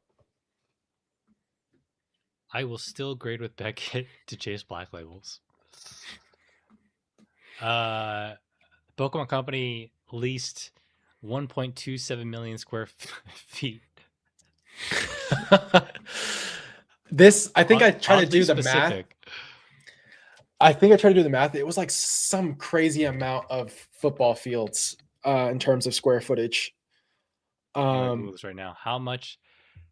It is a 20th of a mile squared. A 20th of a mile squared? Sorry, yeah. It's it's 4/100ths of a mile.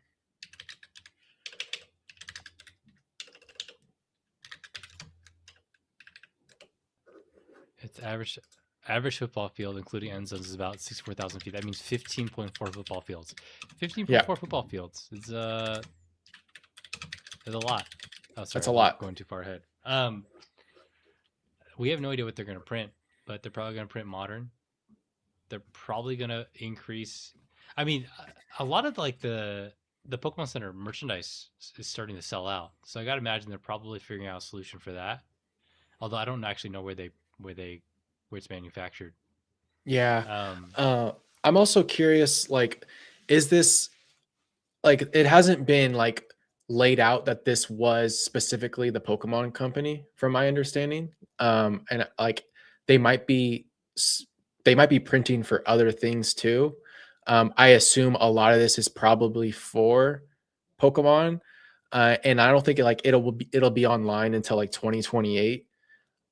So there's like, I don't know. This came at an interesting time. At least this leak announcement. I don't know what you want to call it. But I think that it's not going to affect a lot of our current sets. If like people are fearing that they're just going to go balls to the wall with reprints, I don't know if that's the case. But we do know companies that print cardboard are going to continue to print cardboard. Yeah. And if they're scaling, I don't think that they would scale like all this square footage specifically just for Pokemon. I think that's like a risky amount of like overscaling, in my opinion. I think that this might be for other things outside of maybe not just Pokemon, for Millennium Print Group, because they do print for other businesses. We've seen Pokemon cards that have like nutrition facts or like sports players' names on them because just the way that they were printed at the same facility. But I mean, to me, it's interesting. I'm all for more. I really am. I don't think this is going to really affect anything that we have for the next couple of years. Probably not anything like once they get it up and running and online on 2028, like we probably won't see the effect of it until 2029. You know what I mean? Like that's a long time. I wouldn't buy anything after Surging Sparks, although I will probably buy more Distant Rivals because it's but I probably would not touch anything Surging Sparks and newer. I mean, they've been printing a lot of prismatic in different ways, collection boxes and so forth, but it is very odd to see how low ETB and booster box reprints have been over the past year and a half in terms of what they've done in the past. It's almost like they only do the initial release for booster boxes until recently they started doing waived releases for Mega and Phantasmal. And Ascending's window schedule for in terms of release schedule is very interesting. I have my own thoughts on it that probably counter what a lot of other people's thoughts are and how it's going to be chaos and so forth. And it might be, but I don't think that it's a short term situation and not a long term situation. Um, and the way Perfect Zero is coming out in between that set, like they're they're they're making decisions intentionally, and not just, in my opinion, it's not just like them responding to the market. It's them calculating and figuring what some sort of balance is going to look like. Agreed. Shall we? Yeah, Star Trek 100. I know we're a little late, but I we're still want late. to talk Sorry, about these y'all. cards. Yeah, same. I I think the fur alligators really have come around to it. It's kind of silly, kind of Digimon esque, Let's you go. know? It is a little Digimon esque. They all look good though. I Yeah, they think all look good. the Ambor looks really nice too. I think my favorite of this set though is actually the Pikachu. That might be a I thought basic you were gonna take. say Meganium. Oh no, My no, no! heart I'm was not gonna sink. that collector boy. Um, It looks so goofy.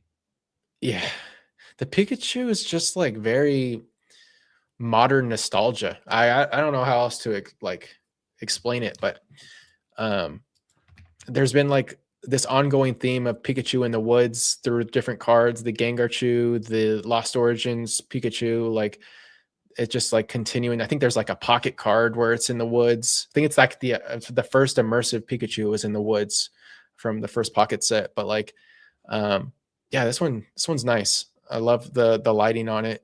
The Lily's Clefairy, I'm kind of like over Lily. Like I've always never cared, but like they continue to just make more cards of her. And I Dude, think the Lily's Clefairy from Journey is much better than this one in my opinion. I remember when I said Marnie's Grimmsnarl, I like that card, and you were like, I bet you do. I'm like, it's a good card, yeah, because Marty's in it. I'm like, dude, relax. It's just a good card. Like, No, you the don't Marty's have to. Morpeko, the Marty's No, Morpeko. Marty's I Grimmsnarl. Oh yeah, yeah, yeah, We have a video of this. We have it yeah, recorded. yeah, yeah. I'm sure we do. Yeah. It's a decent card. Um, yeah, I don't have too much other thoughts on this. I mean, the gold Zard, like it's interesting. Like from my understanding, these cards aren't easy to pull, but specifically the gold Charizard, it's from like starter deck version 000 or 001, but it's only like a certain like shot at getting it. Like you might get that same deck, but Yeah. it won't be in there. Um, it'll be really interesting to see how these do once English comes out. Because like I was seeing like some crazy prices for some of these megas on the top row, um, and I don't think they'll last. No. The Pikachu and the Pristine 10 just went for $700. Wow. More cards. I got nothing to add here. Yeah. I know we finally get that EV from Prismatic in Japanese, which is interesting. Seems like a lot of these like initial like exclusive cards are kind of being spaced out a little further than they typically are. And I kind of like that because it leaves a lot of room for speculation and some sort of risk. We saw it with the Meowth from Phantasmal. And I was talking to Richard today, and he made a good observation about the pack arts from Perfect Zero. One of them is Meowth, and we've already seen Meowth in Destin Rivals, the Team Rockets Meowth, and then we just saw it in Phantasmal. And I'm like, what other Meowth could we possibly getting? And the art styles are definitely from different artists, but there's that Chinese exclusive Meowth where he's sitting on top of Yeah. the roof. Yeah. Yeah. And I'm almost curious, like, do we see that in English? And what if we do? What or Japanese? Like, do we see that in the Japanese equivalent set? And like, what happens to that whole market once we see at least one of those exclusive Chinese cards in English or Japanese? I mean, the Umbreon and those cards are already tanked hard. So, Yeah, no, exactly. It just creates kind of more hard. doubt. What Yeah. does it do to the Mew, right? Like you can only assume that that they're not going to print that in other sets, but like or any other language, it's definitely a possibility though. I would never take it off the table. I agree. I would never doubt their ability. to do that. Yeah, Also, I agree. When is this Mega Starmie coming? Give it's got to me a be Mega perfect zero. Starmie SIR. Sorry, I turned my light. It's most likely a ninja spinner. That's my guess. I think it's a ninja spinner. It makes sense. That the name of the Yep. set mixed with Greninja. We shall see. I do like the Gengar Pikachu. I love that card. I almost bought a few of them recently, but I just was like, I don't feel good about it. Like there was just something in my stomach that didn't let me buy them. $1,400. Pop Yeah, it's 3,400. dropped. It's actually not that high of a pop. The other cards are 10,000 now. Wow. Might be a time to Sheesh. buy. Anyway, let's keep going. 30th Yep. anniversary. I'm excited because I can I am sell what I've thrilled. been holding for like the last 5 years. Celebrations. So, That's yeah. uh, I loved this little video that they made showcasing Pikachu throughout the years, even starting with the classic chubby Pikachu. Um, I don't know. I've been seeing different stamps. Like, is this like the 30th in Japanese, like official stamp? And are we getting the Pikachu cheeks with the 30 and the cheeks? Like, do we know that for certain, or have they not officially shown those stamps yet? PokeDeach just showed. No, there's no 30. There's no 30th anniversary on their box that they revealed today. Mm, I missed I missed the drop today. Did you? For Didn't Perfect even try. Zero? Didn't even try. I was in my interview, so I had no shot. I don't know. I just don't. I can't. It's I think you'll have plenty of opportunities to buy this set. I mean, we don't know what's in it, Yeah, but yeah. like based off of like I said you know how it's like Mega Zygarde holding that like bullet bomb or whatever, and I said it's literally the market nuke. Because like this is the this is the set to really like create fear in the market and doubt just because we get one mediocre lukewarm set. But who knows? It could have some really cool arts of some Pokemon we haven't seen yet. I'm really hopeful that we still get a Mega Blastoise in a set before. I think it's what tournament is happening in August? I think it's not Worlds. internationals. Not no, not worlds. It's before worlds. It's the biggest tournament before that. Is it international? I can't remember what it's called. But each region, like South America, Europe, and the US, all have a dedicated mega starter. So, for instance, Europe is Mega Charizard, South America is Mega Venusaur, and North America is Mega Blastoise. So, I assume we're going to get some sort of Mega Blastoise special illustration rare before those events because they'll all have their playability aspect. But that's just me theorizing with another friend of mine that caught something about like how they marketed those different regional events. Yeah. So we shall see. I But kept 30th, I kept my Mega Blastoise Evolutions ETB. It's on my desk. you know, I sold my set. I wish I didn't. They're still Yeah. not that expensive. I feel like they move pretty slowly now. Like they're They're not like like, $500. oh, they were like 250 the last time I Yeah, remember. they were sub 250 for like years. I Wow. bought I mine mean, for it's $200 and they stayed there for like 3-4 years. jeez, that's crazy.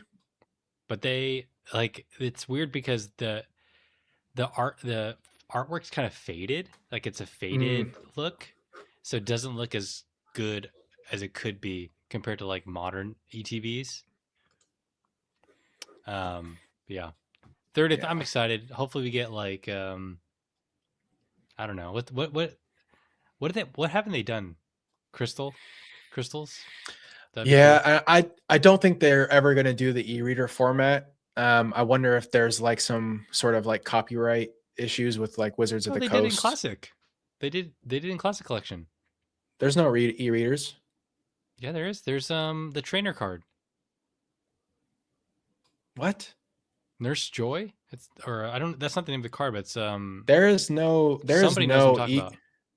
You show me Dude, this right now. There is no e-reader, guys, full chat. on e-reader, Skyridge Expedition, Pokemon Aquapolis. Classic Collection card list. Yeah, I You swear on my degenerate life on there all is no things that I e-reader rip. reprint. Yeah, Pokemon Nurse. I'm Show me staring at it this right right here. now. Oh my gosh. Yeah, I'm gonna pull up my TC player so you can see the I'm card in I'm its gonna glory. be jaw dropped if I don't. How? There's no way. But I'm not talking. Yeah. Wait, no. I'm talking like yellow border e-reader before Nintendo took over. Not like the new, Isn't like this? the. Let me see it. Let me see it. Oh, I meant oh maybe wait, no. Okay, let me just like I'm shove it. talking Expedition, Aquapolis. There's no You card make that me they think came I'm out with and stuff. crazy. I think I know which one you're talking about, and it's not. It's not like a full on. This one. This is an e-reader Wait. card. This is classic e-reader. It has Oh, this is. three. Wait, I did not know this. This is classic. I This mean, but isn't. This isn't. this is the This this is the isn't. only This wasn't card. celebrations. No, this is the classic collection. I. Wow, I did not know this. That makes Oh sense. my gosh. I out Jake. You did. This never came to English Classic, did it? Yeah, it is. Here. Wait. Oh wait. Oh, it's dead. This is what trainers look like This in is in. Is this what it looks yeah. like This in is in not in no. This is what I'm saying. This was Nintendo era in English. That's so interesting that they changed Oh it in. Oh, yeah, we both learned a wow, little stuff. dude! We both got out jaked. I just got DQ'd. That's interesting. Wow. So it only was Japanese. Yeah. Huh. Today we learned. That is Huh. something. But this card is actually an e-reader card. What? Yeah. Yeah. Okay. That is weird. Did that get reprinted in English in like a later like new like Nope. whoa. For this one. That is All right. so That's what I'm saying though. I do think there are some sort of rights issues, like specifically with like legendary collection. I don't think that reverse pattern will ever see the light of day today. Like that might be like a owned by Wizards of the Coast in terms of like trademark or something like that. I don't know. We're getting a new McDonald's set, everyone, which I'm very excited about, where everyone can go try to you know, steal cases of McDonald's, which they were doing in the 25th anniversary. Do you remember that? Like people I would do remember that. loops at the. I have a full set in the binder, non-hollow and hollow from the 25th. I thought I'm a big fan of the confetti hollow. There's something weirdly nostalgic about it, similar to like the General Mills promo style. But I like them too. I think yeah, that's great. they do McDonald's sets even in between like anniversary sets that typically don't hit for me. But when it comes to the anniversary sets, they do some cool stuff. So I'm excited to see what they do with this one. Plus, like as long as I don't we get saw resealed packs, I'll be happy. That's all I want. Yeah. I'm excited though. It'll be probably another binder collection for sure. Hopefully they print it into the ground. Do we see Burger Chew? Do we see Burger Chew in English? Do we see that card? If that card comes out in English, that is a literally grading fee card in a PSA 10 in Japanese. It's a $15 10. Let's continue. We kind of talked about this. Yeah, we both missed it. Yeah, pack arts are Clefable weak. looks ridiculous. You don't like the Clefable? I like the Mega Clefable as a design. Maybe not the art itself there, but I mean, the Mega Starmie's giving off like it's the king of the world. I'm really curious to see what they do with the arts on that card or that Pokemon. but overall, like there's nothing for this set isn't really doing it for me. Like even the ETB, I like the design of the ETB from just like an element standpoint. But like, yeah, perfect. Or I think I texted you. I was like, what is with the names of these sets? Are they like throwing out like hidden messages with the names? Ascended Heroes, Perfect Order, like they have some secret mission to fix this market and become the ruler. Like Perfect Well, Order is such. I don't remember what Zygarde's about. But is it I related to yeah, what me either. Zygarde is or what he does, or I don't know. I he's don't like from this form of Zygarde. I like the Y? dog. Yeah. Hmm. Yeah, yeah. I don't know. Let's just see the set list, and then we'll figure it out from there. But people love poo poo on all these sets before they see it. It's like, I don't know. Maybe we just wait. Yeah. Goals. Oh, we're already 2 hours in. Let's go. Either I'm rusty or I'm getting older or something. Both. 2026 goals. You got YouTube goals? Do I have YouTube goals? Man, just let me take a sip of water and think about this. I need to do the same. Yeah, I think our biggest YouTube goal is keeping this podcast consistent throughout the year, and we have some ideas around bringing on guests, which we should probably discuss soon. Now that the holidays are over, we should. I know, yeah, Accountability, yeah, right here.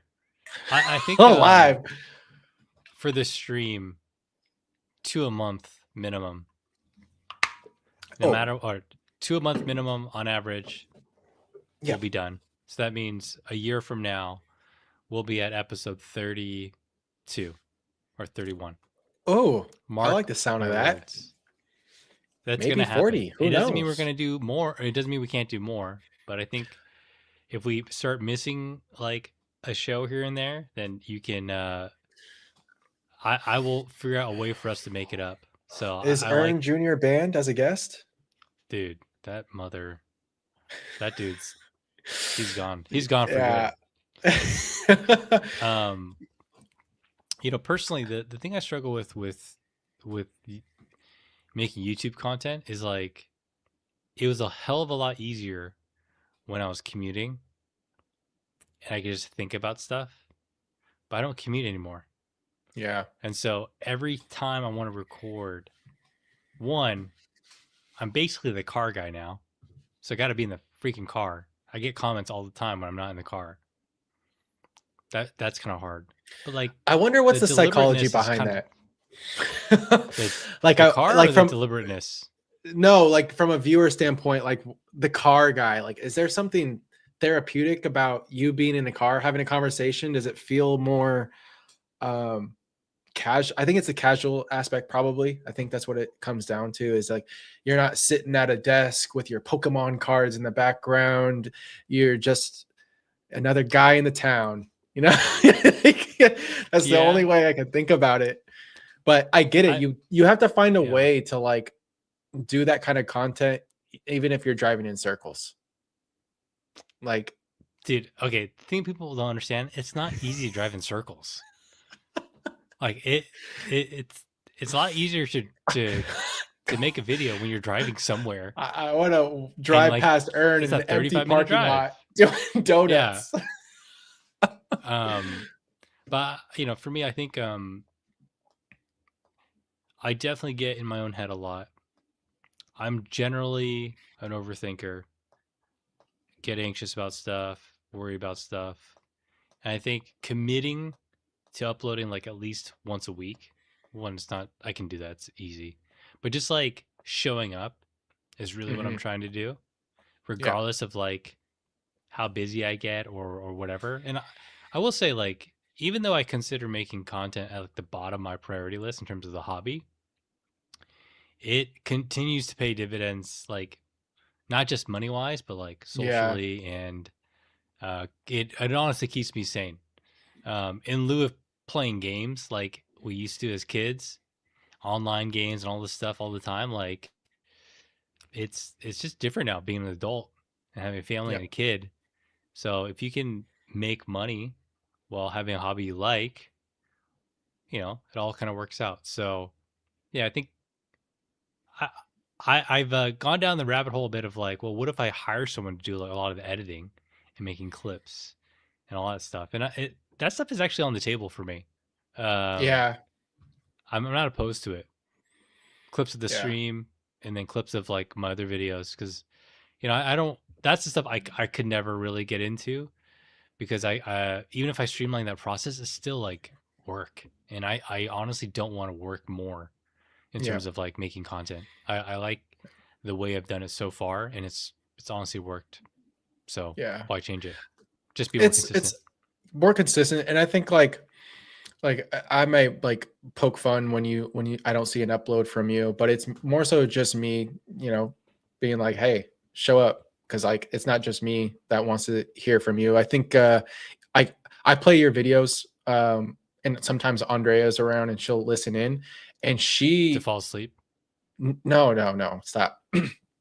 She really likes how you're able to communicate your thoughts and ideas, and you have this calming presence. No, and I'm being genuine. Like, she really like appreciates that, because like she hears like other content creators that I listen to, and like you have this calming presence that's like very confident, but no, not egotistical. Like, you don't have some sort of ego, and that's very rare to find. And I think that's why you have the audience that you have now, because you speak very well. You have a good pulse on the hobby, and I think you bring a perspective that a lot of people don't.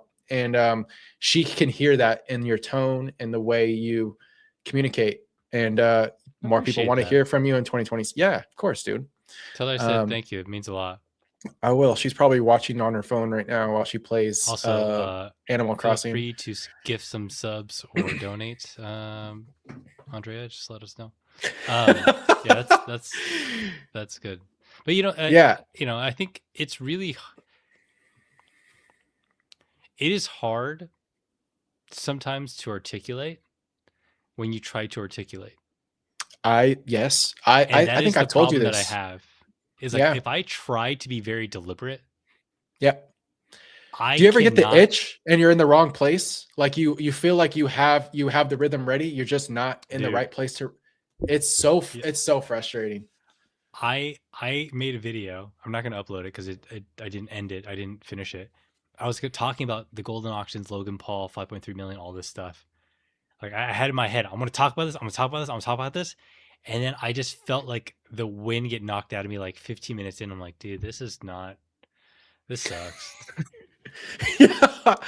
Dude, I've Like I was I've recorded overthinking videos it. and I was overthinking. Yeah, I was doing exactly that. I was overthinking it, and I recorded like, I am not posting this. Like, this was terrible. And like I went Yeah, home yeah. kicking rocks. Um yeah, I totally get that. Yeah, I'm excited for you. I'm excited for the podcast this year. I think that we're gonna do some fun things, and I think when we do have lives with other guests, we can keep it light and just be more of a conversation and going through like slide decks we do, just so Yeah. that like they're more involved. Maybe we can do some real light slide decks just to have conversation points. But I really want to bring guests on to hear their opinions and how we bounce off one another. And there's a lot of people like that I would like to bring on. I'm sure you do, some people that you'd want to bring on too. So excited for that. I was supposed to use my new camera, but this week, but the cable they sent me was the wrong one, and I'm just excited to upgrade for the podcast around content. Talk to you about getting a new laptop. This camera that Andrea got me for Christmas is perfect. It's going to be great for streaming, but just still trying to get it all set up. Yeah. Do you have any Anything goals else you for want to? YouTube? Oh, Well, I was gonna say actually, I'm probably gonna get to 10K subs by next year, which let's is go, like it's hard because I listened to Ricky and he grew like 30,000 subs in a year, dude. It's but also it's so like impressive. his shit's really good. Yeah. If I get to 10K in a year, I'll be happy. Yeah, I don't think I'm gonna get there. My goal is 10K, but I see myself realistically getting to like 3,000 by end of next year. That's like my realistic goal. I try not to like set too high. Obviously, my major goal I've talked about on my channel is to get to 10, but that comes with time. I did my first official giveaway on my Instagram that I saw. I'm very careful about that, and I think I've talked to you about that in the past, but I want to be very intentional about that, and I'm going to be doing my first YouTube, like my first official YouTube giveaway soon. With Eric, who is Henry Pokecorner's podcast mate. He does paintings, and I pushed him to start doing sketch cards. And I'm going to be giving away a Destin Rivals booster bundle. And Eric is going to provide a custom sketch card of Mewtwo.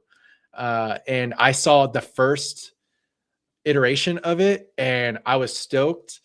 And he wasn't 100% about it. And I told him there's no rush.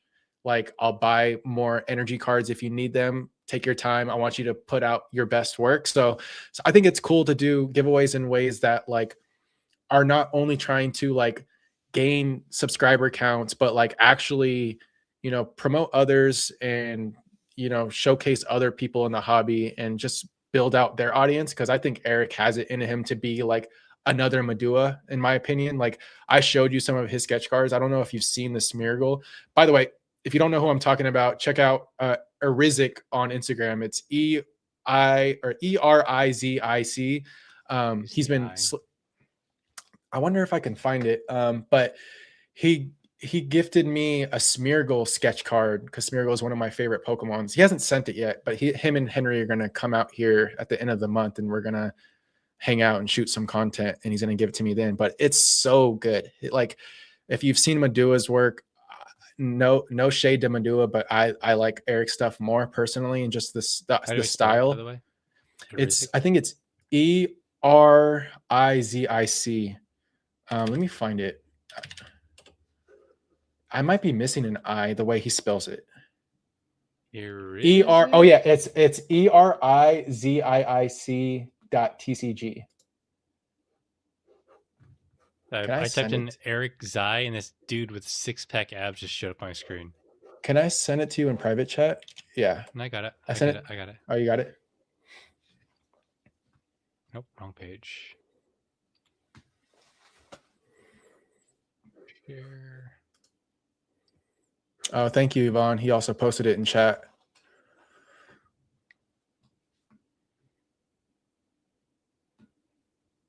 There we go. Oh, dude, that's Sceptile. I like that Sceptile. He showed me the first iteration of the Mewtwo, but click on that Smeargle. The way these are all custom, like, yeah, dude, it's so good. Oh, you see my GIF? I love the GIF. Yeah, no, like, this is really it's so good. So yeah, he's working on a Mewtwo for the giveaway, and it'll be an association on my channel, and just hopefully next month we'll have it live. But yeah, I'm just excited to do stuff like that for people that support me. 2025 was an awakening year for me in terms of like making content, giving me a little bit more confidence in the space, and kind of figuring out my lane a little bit. And I'm looking forward to evolving that into next year. It's like my main goals. And then improving on gear. I've always been someone that's start with what you got. Like, I've been using this Rode mic. I'm streaming on my iPhone right now that's connected to my desktop. Like, it hasn't been some grandiose setup. But as I continue to, improve, I want to make things a little bit more efficient, and nicer gear would benefit me right now. So, yeah. I think gear is honestly, there's so much diminishing returns. Yeah. Yep. Yeah. I agree. I did want to answer this with Nerdy Attorney. Do either of you think having a channel where you show your face can be negative for your careers outside of YouTube? I was telling Jake, actually, one of my biggest regrets is actually not continuing my YouTube when I was younger, for fear of representing myself personally and having a profession. I had a 60,000 subscriber YouTube, subscribers on YouTube on my old channel in 2011. one of my biggest regrets is not continuing that path. Um, and I think I think there's a way to be responsible, and I think people are generally understanding if they see that your content is really about like your hobby, but also like you kind of have to be a good person to be respectful. Like That's that's probably the biggest that's part of it. Don't you're give onto your something there. employers, and like a lot of people I work with and people I know and past life and current life people I work with, like they know what I do, but like I never represent work. Yeah. That's the biggest thing. I will never represent what I have done professionally. Yep. So, you know, it's a hobby. It can be a hobby. Yep. Just be a responsible hobby. Um, Yeah. And respectful you're, to others. I think that's what matters yeah, most. Like I see there's plenty of content creators that do the opposite and they do it for cheap clicks, cheap subscribers, cheap everything. And it's like you are building a group of you're building a subscriber count of chaos that is going to breed more chaos. And I think people don't think that those things can actually affect them in their real life, but they definitely can. And so like I'm 100% genuinely myself on YouTube off camera when I make content, when I'm on this podcast. And I try to have, I mean, I have my takes and opinions, but I'm not going to go out and offend anyone. I'm here to make this place more enjoyable for myself and for others if they find interest in that in what I make. But I'm not here to like create drama and stir up all that. Like that's not why I'm in the Pokemon hobby. That's not why I started collecting Pokemon cards. It's not going to be the way I end collecting Pokemon cards. So um yeah, there's a fine line between like your personal life outside of content and like there are ways to gatekeep that so that you feel like you can do both without risking one or the other. But like, yeah, as long as you're not a shitty person, I think you'll be all right. don't And be a there's shitty something to person. yeah, that's I mean that's what it comes down to.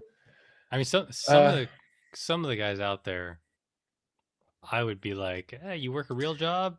I'd be careful with things you're saying. there's a reason why content creators Oh, that do make that kind of content don't show their face.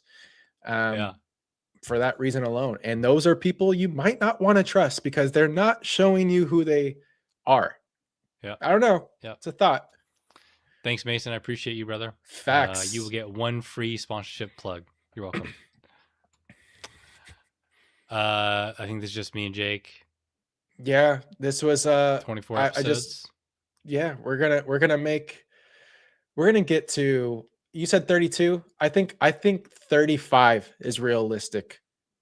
We can push to 35 episodes into There's next year. 51 weeks left in the year. 30, I 28 think more. I think with our regulars with potential live guests, I think we can make it happen. We'll see. We'll see. You never know. You never know. That's a lot of fake investing.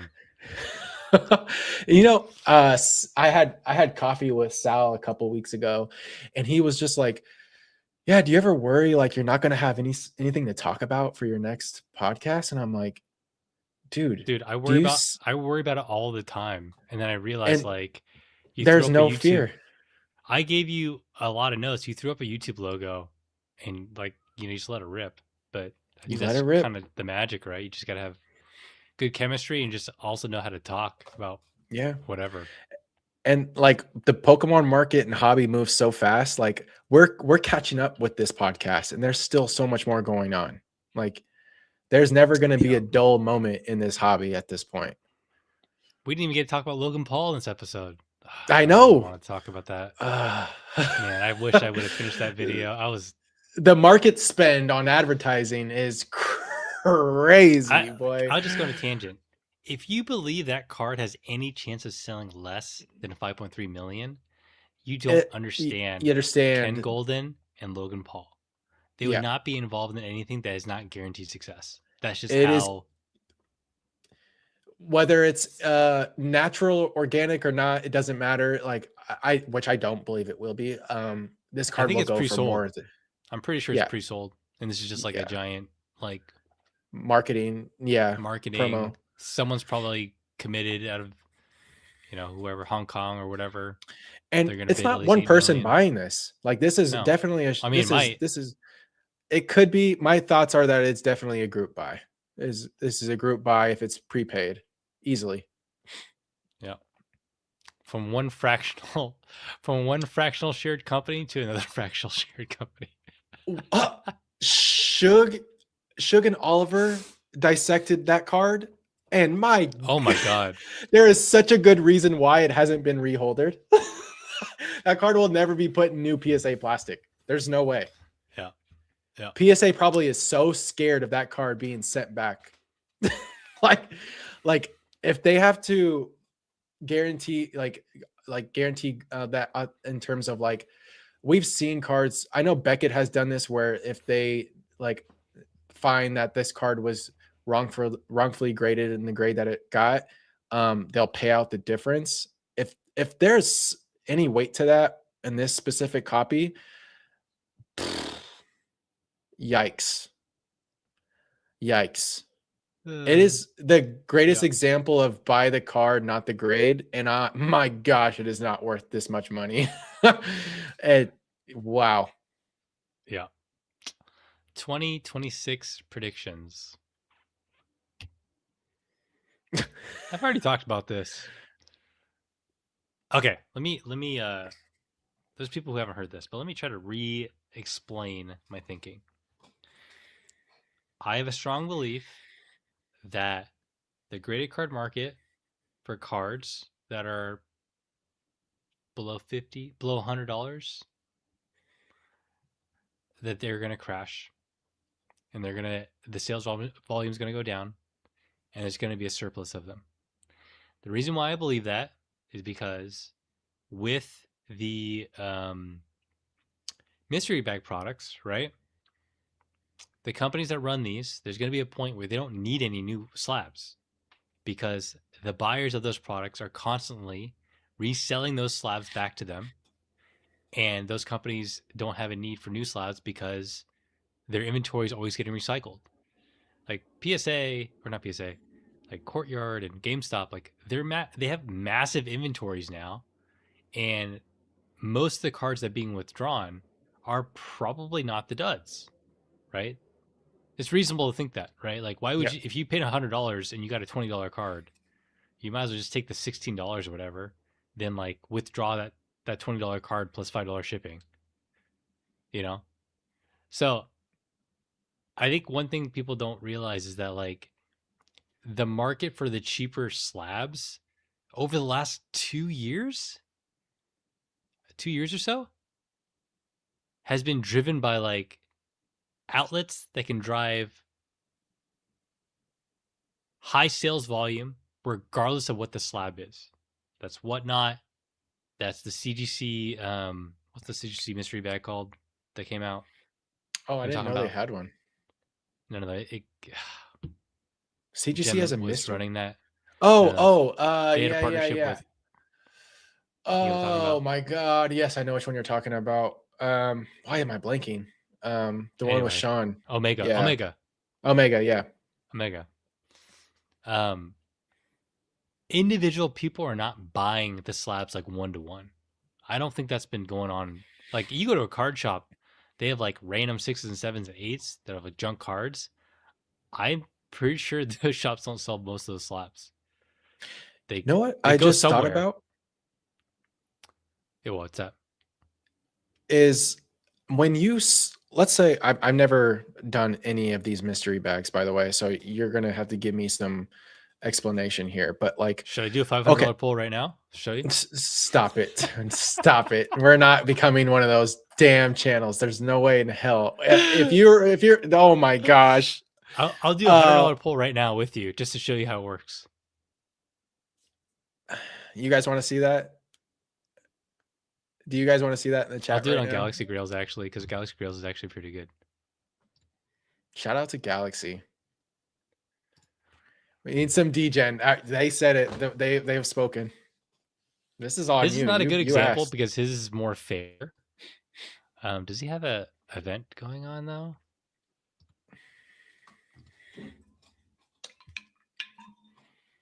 Anyway, I don't have to do it. I'm just kidding. I'm messing with you.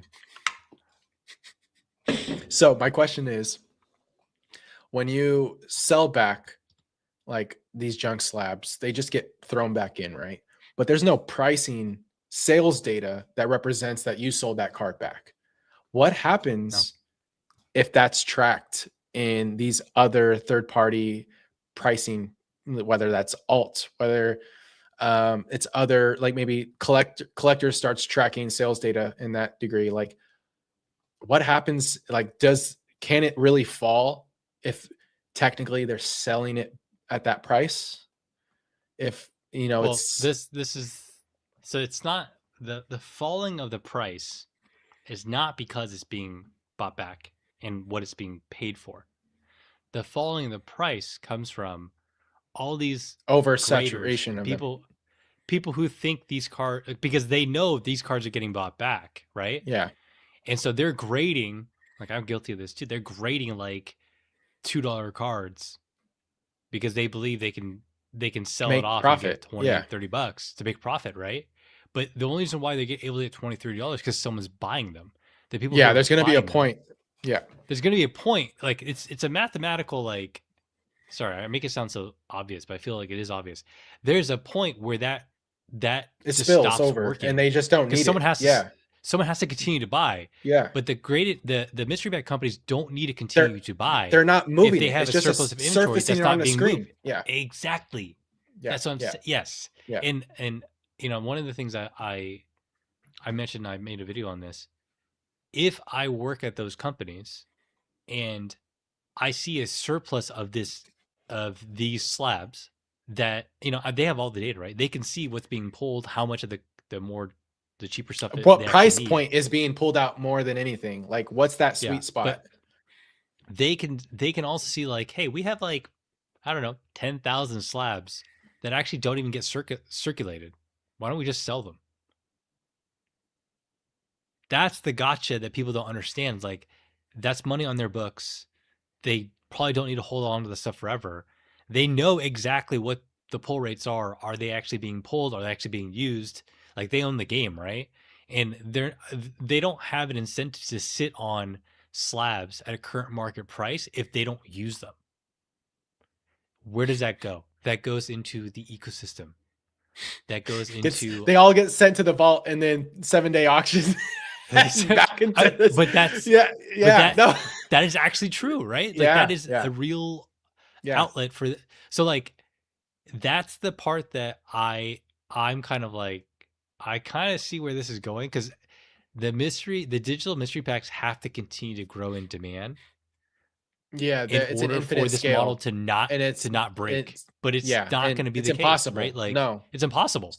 yeah, So, that's one part of it. The other part of it is, I think, like, the expensive cards that they're paying for, that all our friends are buying and selling to them, are like probably going to be more expensive because there's going to be saturation. So I that's mean, my the that's my only thinking. yeah, no, that's fair.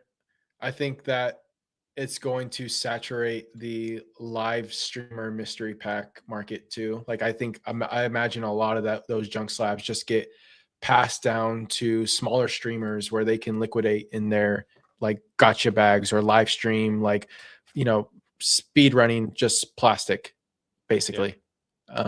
Yeah, no, it's dark, and I've thought about that too. Like, so many of these cards are literally just being put on a screen and then shown on someone else's screen probably 10 minutes later, and it's like never leaving the vault.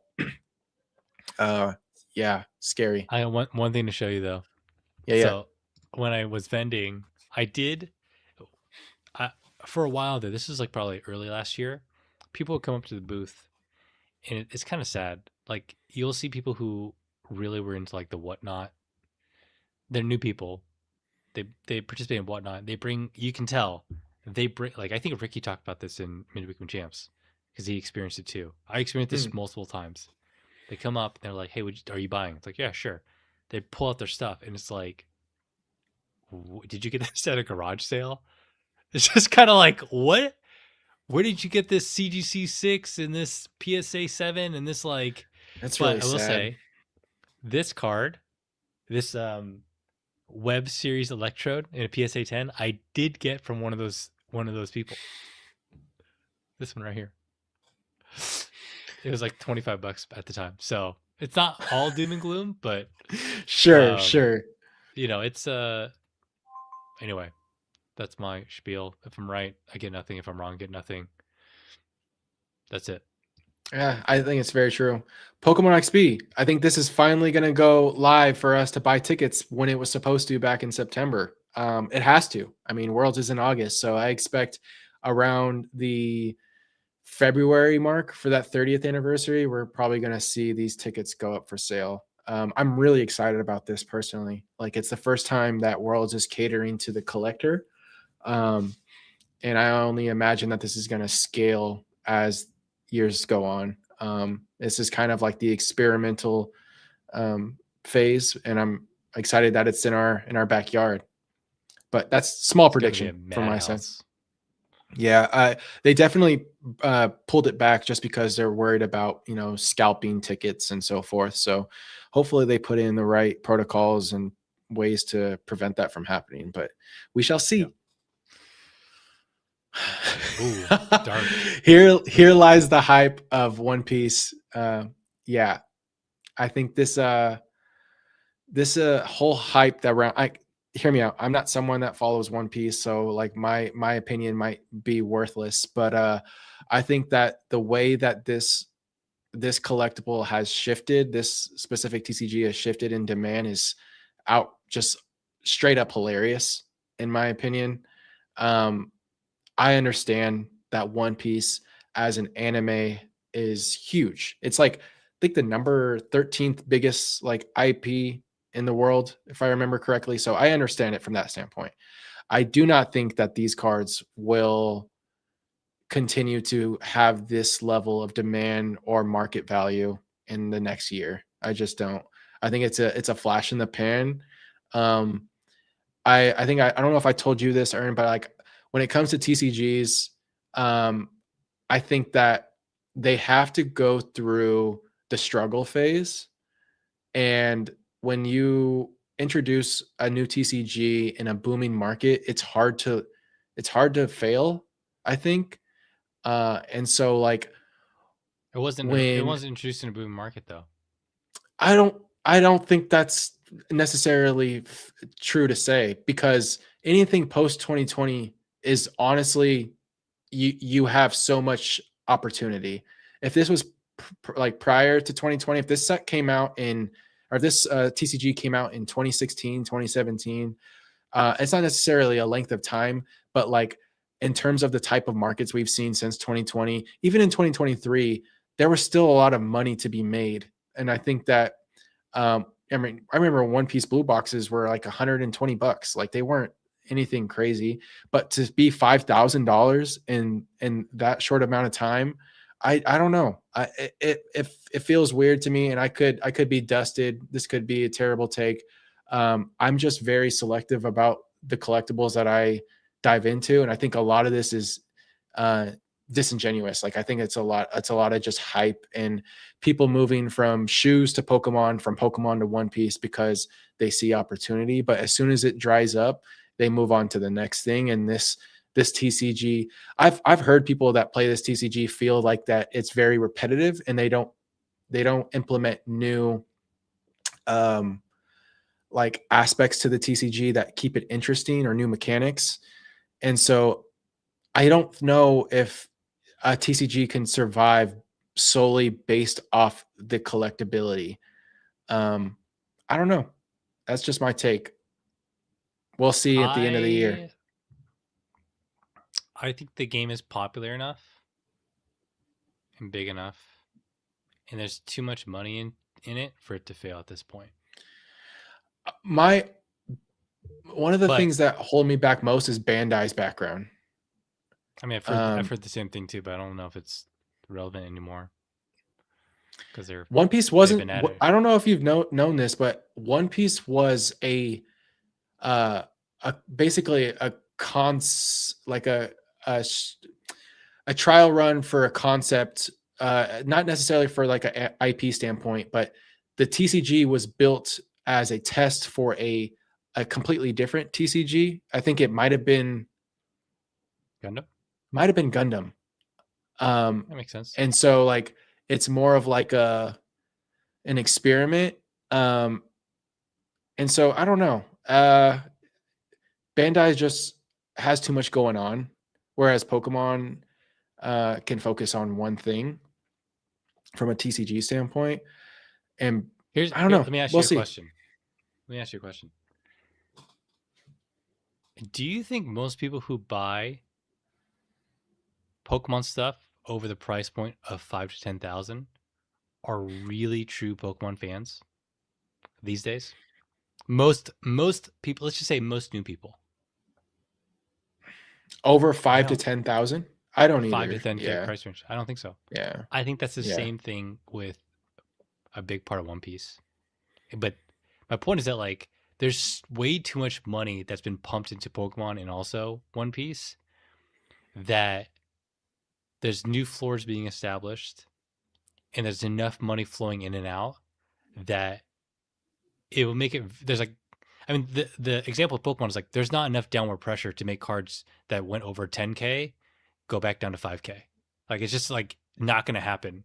And there's, Chinese bags of money and people in Europe and people all over who they basically keep the floors up for certain cards. Mhm. And it only takes one person to do that. And it gets everyone in the market, in the community, thinking the same thing. Oh man, this game's going great. Oh, everything's going well. But behind the scenes, we know what's really going on, right? But Mhm. it just takes. I feel like once you crack the money part of these games, Pokemon and One Piece in particular, and there's just enough money flowing back and forth, it's like this never-ending, half manipulated, half not, half crypto, whatever, half real interest cycle of like people believe it's investable, people believe you can make money, people like the IP enough, and it's just like keeping everything afloat. Uh, Here's another point to me that like the Pokemon from an anime standpoint has moved on from Ash, and it's still surviving. I think it's doing anime's probably doing great without Ash and Pikachu. It's on to new things. I look at One Piece, and I think once this anime is over, they will probably do something, some sort of spin-off, because they're not gonna just let it die. Like that's not gonna happen. But you're talking about what? How many One Piece characters would you say there are? Like how many Luffy I don't cards? know. I mean, Dude, it's a bunch of Luffy cards. I don't know let's any One just say Piece though. I'll be fair. I bet there's probably less than 100 important One Piece characters in the anime. Yeah, Probably less, right? Are you telling me that you can do how many Pikachus are there in English?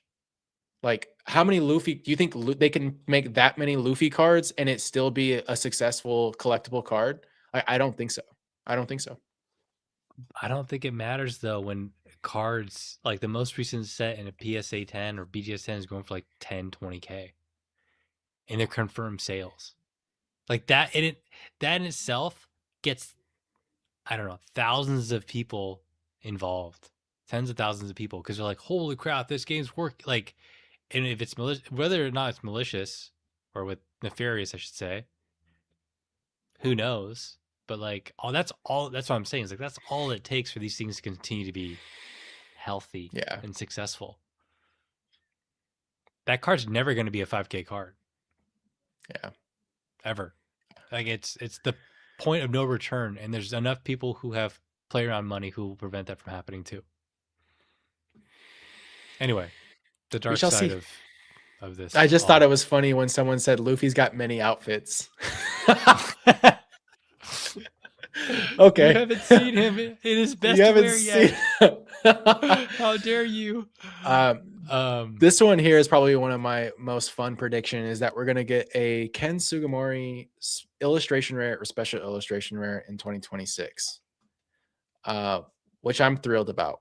In celebrations and 25th anniversary, we saw the full art Pikachu. I think that's a Rita, or is that Ken? I can't remember. I think that's a Rita, right? I think we're gonna see something like that by Ken. I'm the wrong person to ask, dude. I think it. Yeah. What am I? I'm tripping. That's a Rita. But I think we're gonna see a Ken Sugimori illustration or a special illustration. Or we got a few Ken illustrations in 25th anniversary, like Professor Oak. I think there was a few others, like the full art Professor Oak. So yeah, he has done the full art Professor Oak, Yvonne from Celebrations. But I'm looking forward to a Pokemon full art from Ken this year. I think it's gonna happen. Like a special Hey, illustration rare if that Pikachu. makes Collector Jake happy, dude, I'm down. Hey, I mean, it's gonna make a lot of people happy if we see something like that. Watercolor illustration rare by Ken, full Yeah. background, environmental. Come on now. I just can't wait. What was that? Who's the artist that does Giratina and stuff? I already forgot. Shinji. No, not the Giratina Giratina? alt art. Yeah, Yeah, from Lost Origin? yeah. Oh, Shinji Kanda. Yeah, Kanda. yeah. Sorry. Yeah. Sorry, I Yeah. forgot his last name. It's gonna be one of those things where, oh, this is definitely investable. This is Ken Sugimori, guys. Like, why? Of course, people are gonna want this card forever. Like, you should be investing in this card. It's a Ken Sugimori card. Why aren't you buying it? Anyway,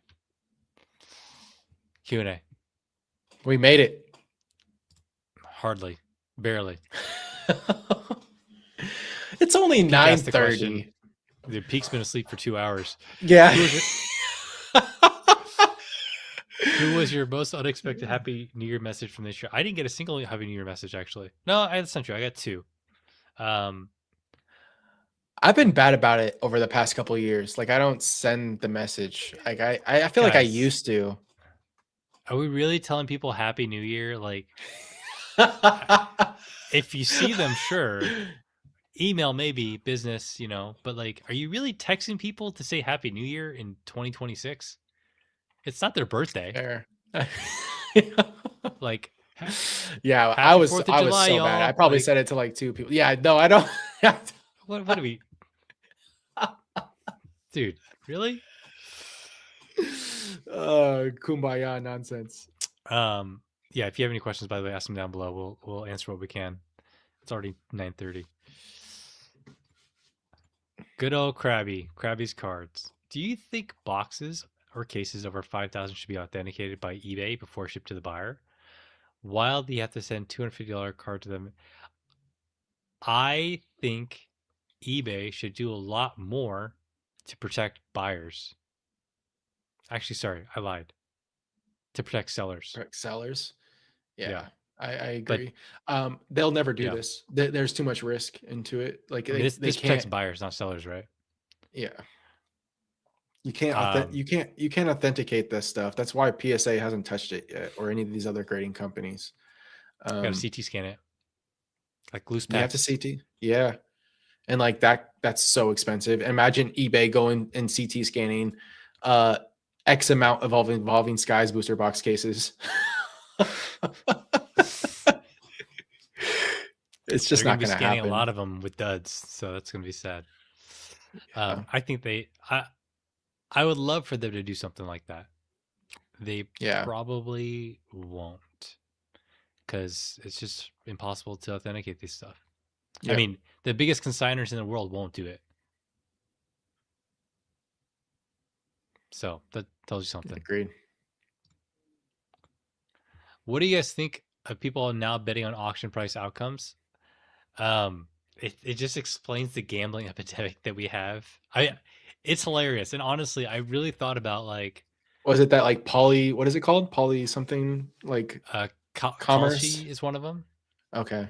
Kalshi is, wait, that's a cereal, right? No, Wait, no, you're Kalshi? no, no, you're right. I think it's called Kalshi, something like that. I know which Um, one you're talking about.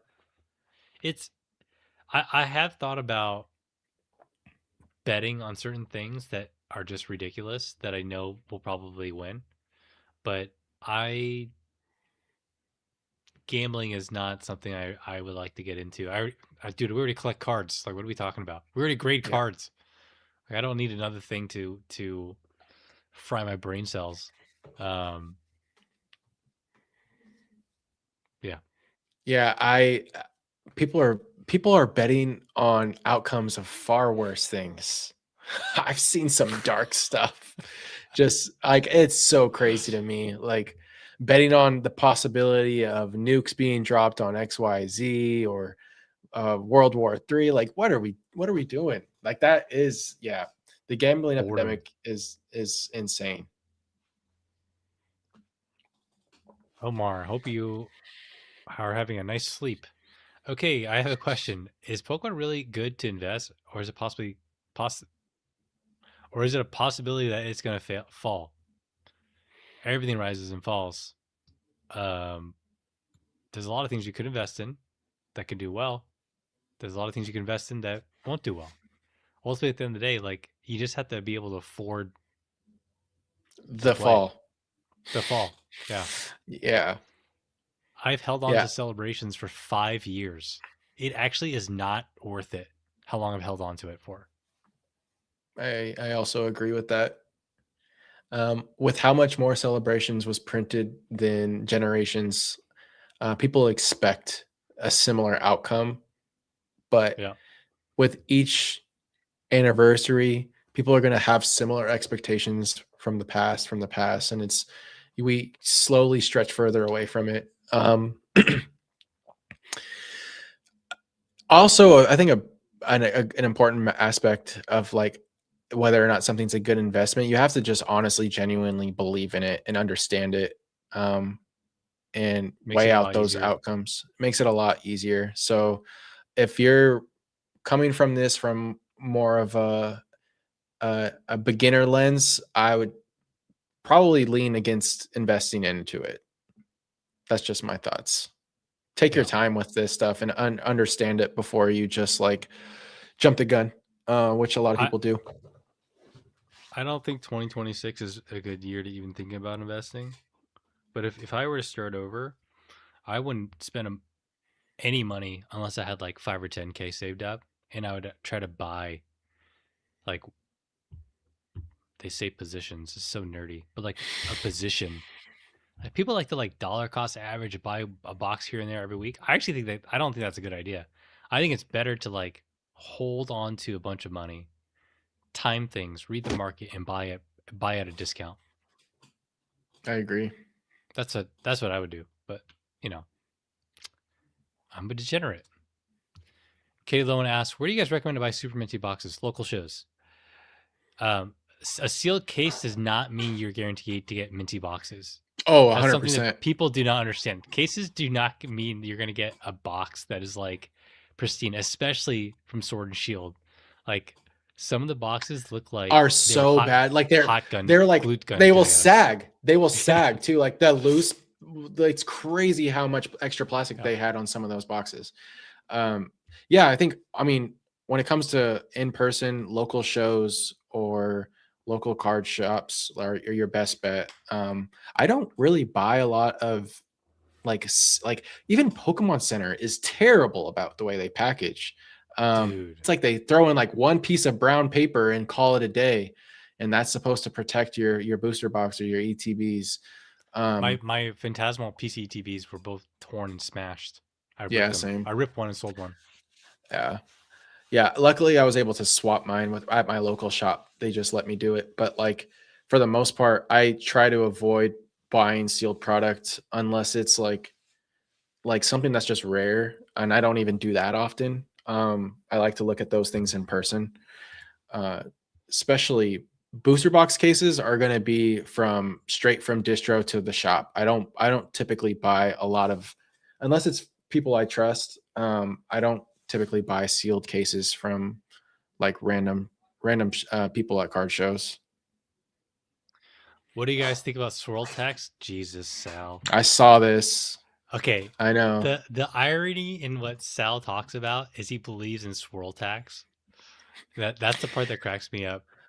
Uh, But it's becoming a part of reality though. Like let's be honest. Like I don't think this one. I saw this post about the Neo Lugia with the swirl getting like almost double the price, but if the not question is, double. was the other one available, or is it Uh, just twice what? Like, what is the it context would here? I think they were different sale points. Like one sold for X in I Same don't day. know. I don't know if it was same day. I don't think it was. It Okay. could have been. I could be wrong. And the other one sold for nearly double because it had the like hyper beam swirl in like in front of them. And like people do value those things, but I do think that it's ridiculous. Especially from Agreed. Neo 1 Japanese, where you were guaranteed a hollow in every pack, and you're more than likely They going have to swirls have on all of them. almost nearly all of them. Yeah. Yeah. Like to me, it's like it's not a hard thing to come by. There are certain generations where swirls are actually much harder to find. Like for instance, Fire Red Leaf Green is actually a really hard set to find swirls on. Like it's not very common in English. But like sets like Neo 1 or those early Neo sets, it's not uncommon. It's Yeah. very likely you're gonna have a Lugia with a swirl on it, even if it's half swirl, fart swirl, whatever you want to call it, half whatever. Yeah. It's gotten out of hand. I like the appeal of swirls when it makes sense, but like I will never go out and pay that much more because of placement of a swirl. Can you see this swirl? Oh, that's sick. It's like curving around his fist perfectly. Yeah. My I Secret Santa love it. got me this from Oak's Discord. Hell I just yeah. opened it up today. I've got a few cards with some interesting swirls. Like I told you the Neo it's one of those ones you wouldn't even see unless you have the right light, but like the Superman swirl and the Neo Discovery Umbreon's like on his chest through the ink layer. Yeah. Things like that they're cool, but like I don't add that much of a tax. And who I bought it from didn't add that much of a tax to it. Like it was reasonable. Like I'm not I'm not that type of collector. I'd rather have a like if a swirl was on like this copy that had like more whitening than the other one that had no swirl at all, I'm going for the one without the swirl. Like I'm about the condition over the bedazzle aspects of the card. Yeah. Crazy If I nonetheless. Like Even though I don't agree with it, if I had an opportunity to buy one and sell one and make money, I'll do sure. it. Yeah. I Congrats to don't that care. seller. Yeah. Yeah, great. Yeah. Um, Didn't I'll be Ricky honest. complete 1 to 10 with Yeah, swirls? he did. That's pretty cool. I don't know if they had swirls. Did they have I swirls? think I think so. I think that was part of his goal Um, was to make sure every copy had a swirl. if I were a real die hard collector, yeah, I would go for swirls. I mean, Yeah. on some of the cards they look awesome. Some other cards just don't look good with hollow at all. Yeah. So, um, yeah, Mr. Guy Man Jr. just said, "Bro, what is this talk about cards, bro?" What are we- I feel I you, guess man. we're not talking about cards hard enough. Yeah, I think that's it. Give a couple more minutes. Oh, Do you have any there closing was there. thoughts? I think there was one more question that got asked by Papa Chen. Oh wait, no, that was it. That was it. Um, yeah, no, first pod of the year. We went almost 3 hours. Um, I think yeah, I'm excited for this year. I really am. We go live again Interesting. January 22nd, Thursday at 7 Oh, p.m. I think we got to move Uh-oh. this one. Okay. Let's notch it down from 35 to 34. No, To no. no, to like to Wednesday Yeah, or yeah. Tuesday. Yeah, that's We'll fine. figure it out. Yeah, That's let's do it. yeah. We are. I have a company offsite the Oh, next following week, but that weekend I'm going to Disneyland with the family. oh, fun. Fun. Yeah. Well, enjoy. What is that? Is this no, that's Universal Studios. Which one has the Harry Potter land? Is that's Universal, right? Universal. Yeah, Universal. Yeah. I've been to that. Gosh, I haven't been to Disneyland since I was like, I don't know. It had been like almost 15 years. I have no idea what that experience is like anymore. It's I not. Are you going for the kids? Is it more of an? Is it? Are you in a no Disney? Are you a kids. Disney adult? Okay, okay, okay, Dude, okay. my Disney. Did you ever play Kingdom Hearts growing up? I watched my brother play. I never played it myself. That was my love for Disney, is playing Kingdom Hearts. But I don't know, like I actually love like the Super Nintendo games, like Magic the Aladdin. Gathering, Kingdom Hearts coming in 2026, 2027. What do you think? Is that actually? No, Oh, is I that a don't know. possibility? Yeah, that would be wild. That would Um, live up to Final Fantasy level, I think. Your brains, yeah, you're I see but the gears they moving. wouldn't do it because Disney and Lorcana. Oh, Kingdom Hearts oh, has Disney characters, so unless it's like purely Kingdom yeah, Hearts characters, which is like kind of lame, you kind of want Mickey yeah. and Goofy and Uh, those yeah. guys. Sorry to take you off. I just, yeah, something that came to mind. But Yeah, yeah, no, yeah. I didn't really grow up. watch. I didn't grow up watching Disney. I mean, I've seen some of the movies and stuff, but like I Yeah, don't know. yeah, It's same. Yeah, last time I went to Disneyland, I went with my wife like 10 years ago as an adult. it's not We it. didn't really have like we didn't have the fast pass or whatever, and just kind of like a lot of walking. Yeah, I went in the dead of summer. It's like 85, 90 degree. Just just like I don't know, roasting, and just then paying roasting. for bottled water that's like $13. Like Yeah, what? and then telling people, and they're like, "Oh, you didn't know about the secret bar, the thing." It's like, no, I didn't know because they don't tell you. Because It's like, oh, well, you should have known. It's like, how? I don't understand people that go like every month, every 6 months. Like, it's crazy to me how much money people spend when you can be traveling the world. Like the amount you can save by traveling the world in But how comparison many of worlds are travel. you visiting when you go to Disneyland? That's really Oh, that's good. That's good. Okay, yeah. yeah, I'm happy to move it. That sounds fun. Yeah, I'm flexible. I don't have like any like big plans coming up anytime soon. So yeah, we'll make it work. And we should probably talk like this week about who our first guest is. So I was just gonna pick accountability. a guy. Like, we should just go to the next card show and pick a random dude we never met. Just do it right there. That sounds like a good idea. Just Hey drag man, them how are on you? screen. You want to come talk Uh, about Pokemon? That could be a series. I can see that. I don't know how successful, or it could definitely be entertaining, but it could be risky entertaining. yeah, I think we care too much about our personal lives and our careers Safety. to randomly pick someone. I don't know who should we. I mean, I did mention retro. We would get back to him. Out of We should. He pestered me about it too. He doesn't think I want him on because he's not a real collector. Is what him telling dude, me what I think those is guys why. collect drawings, Dust, dust, super dust, doodles. like doodles. I mean, they're I it's actually know. really They're cool. yeah, it is really cool. I love to sell stuff. He was Yeah. I was in the car with him when I was going to John's place during card party, and he was telling me about they bought that stuff like real early when Yeah. people thought it was like why would you buy this stuff? It's just sketches, and It's like now real one of one it's like stuff. that Like sounds amazing to yeah. have.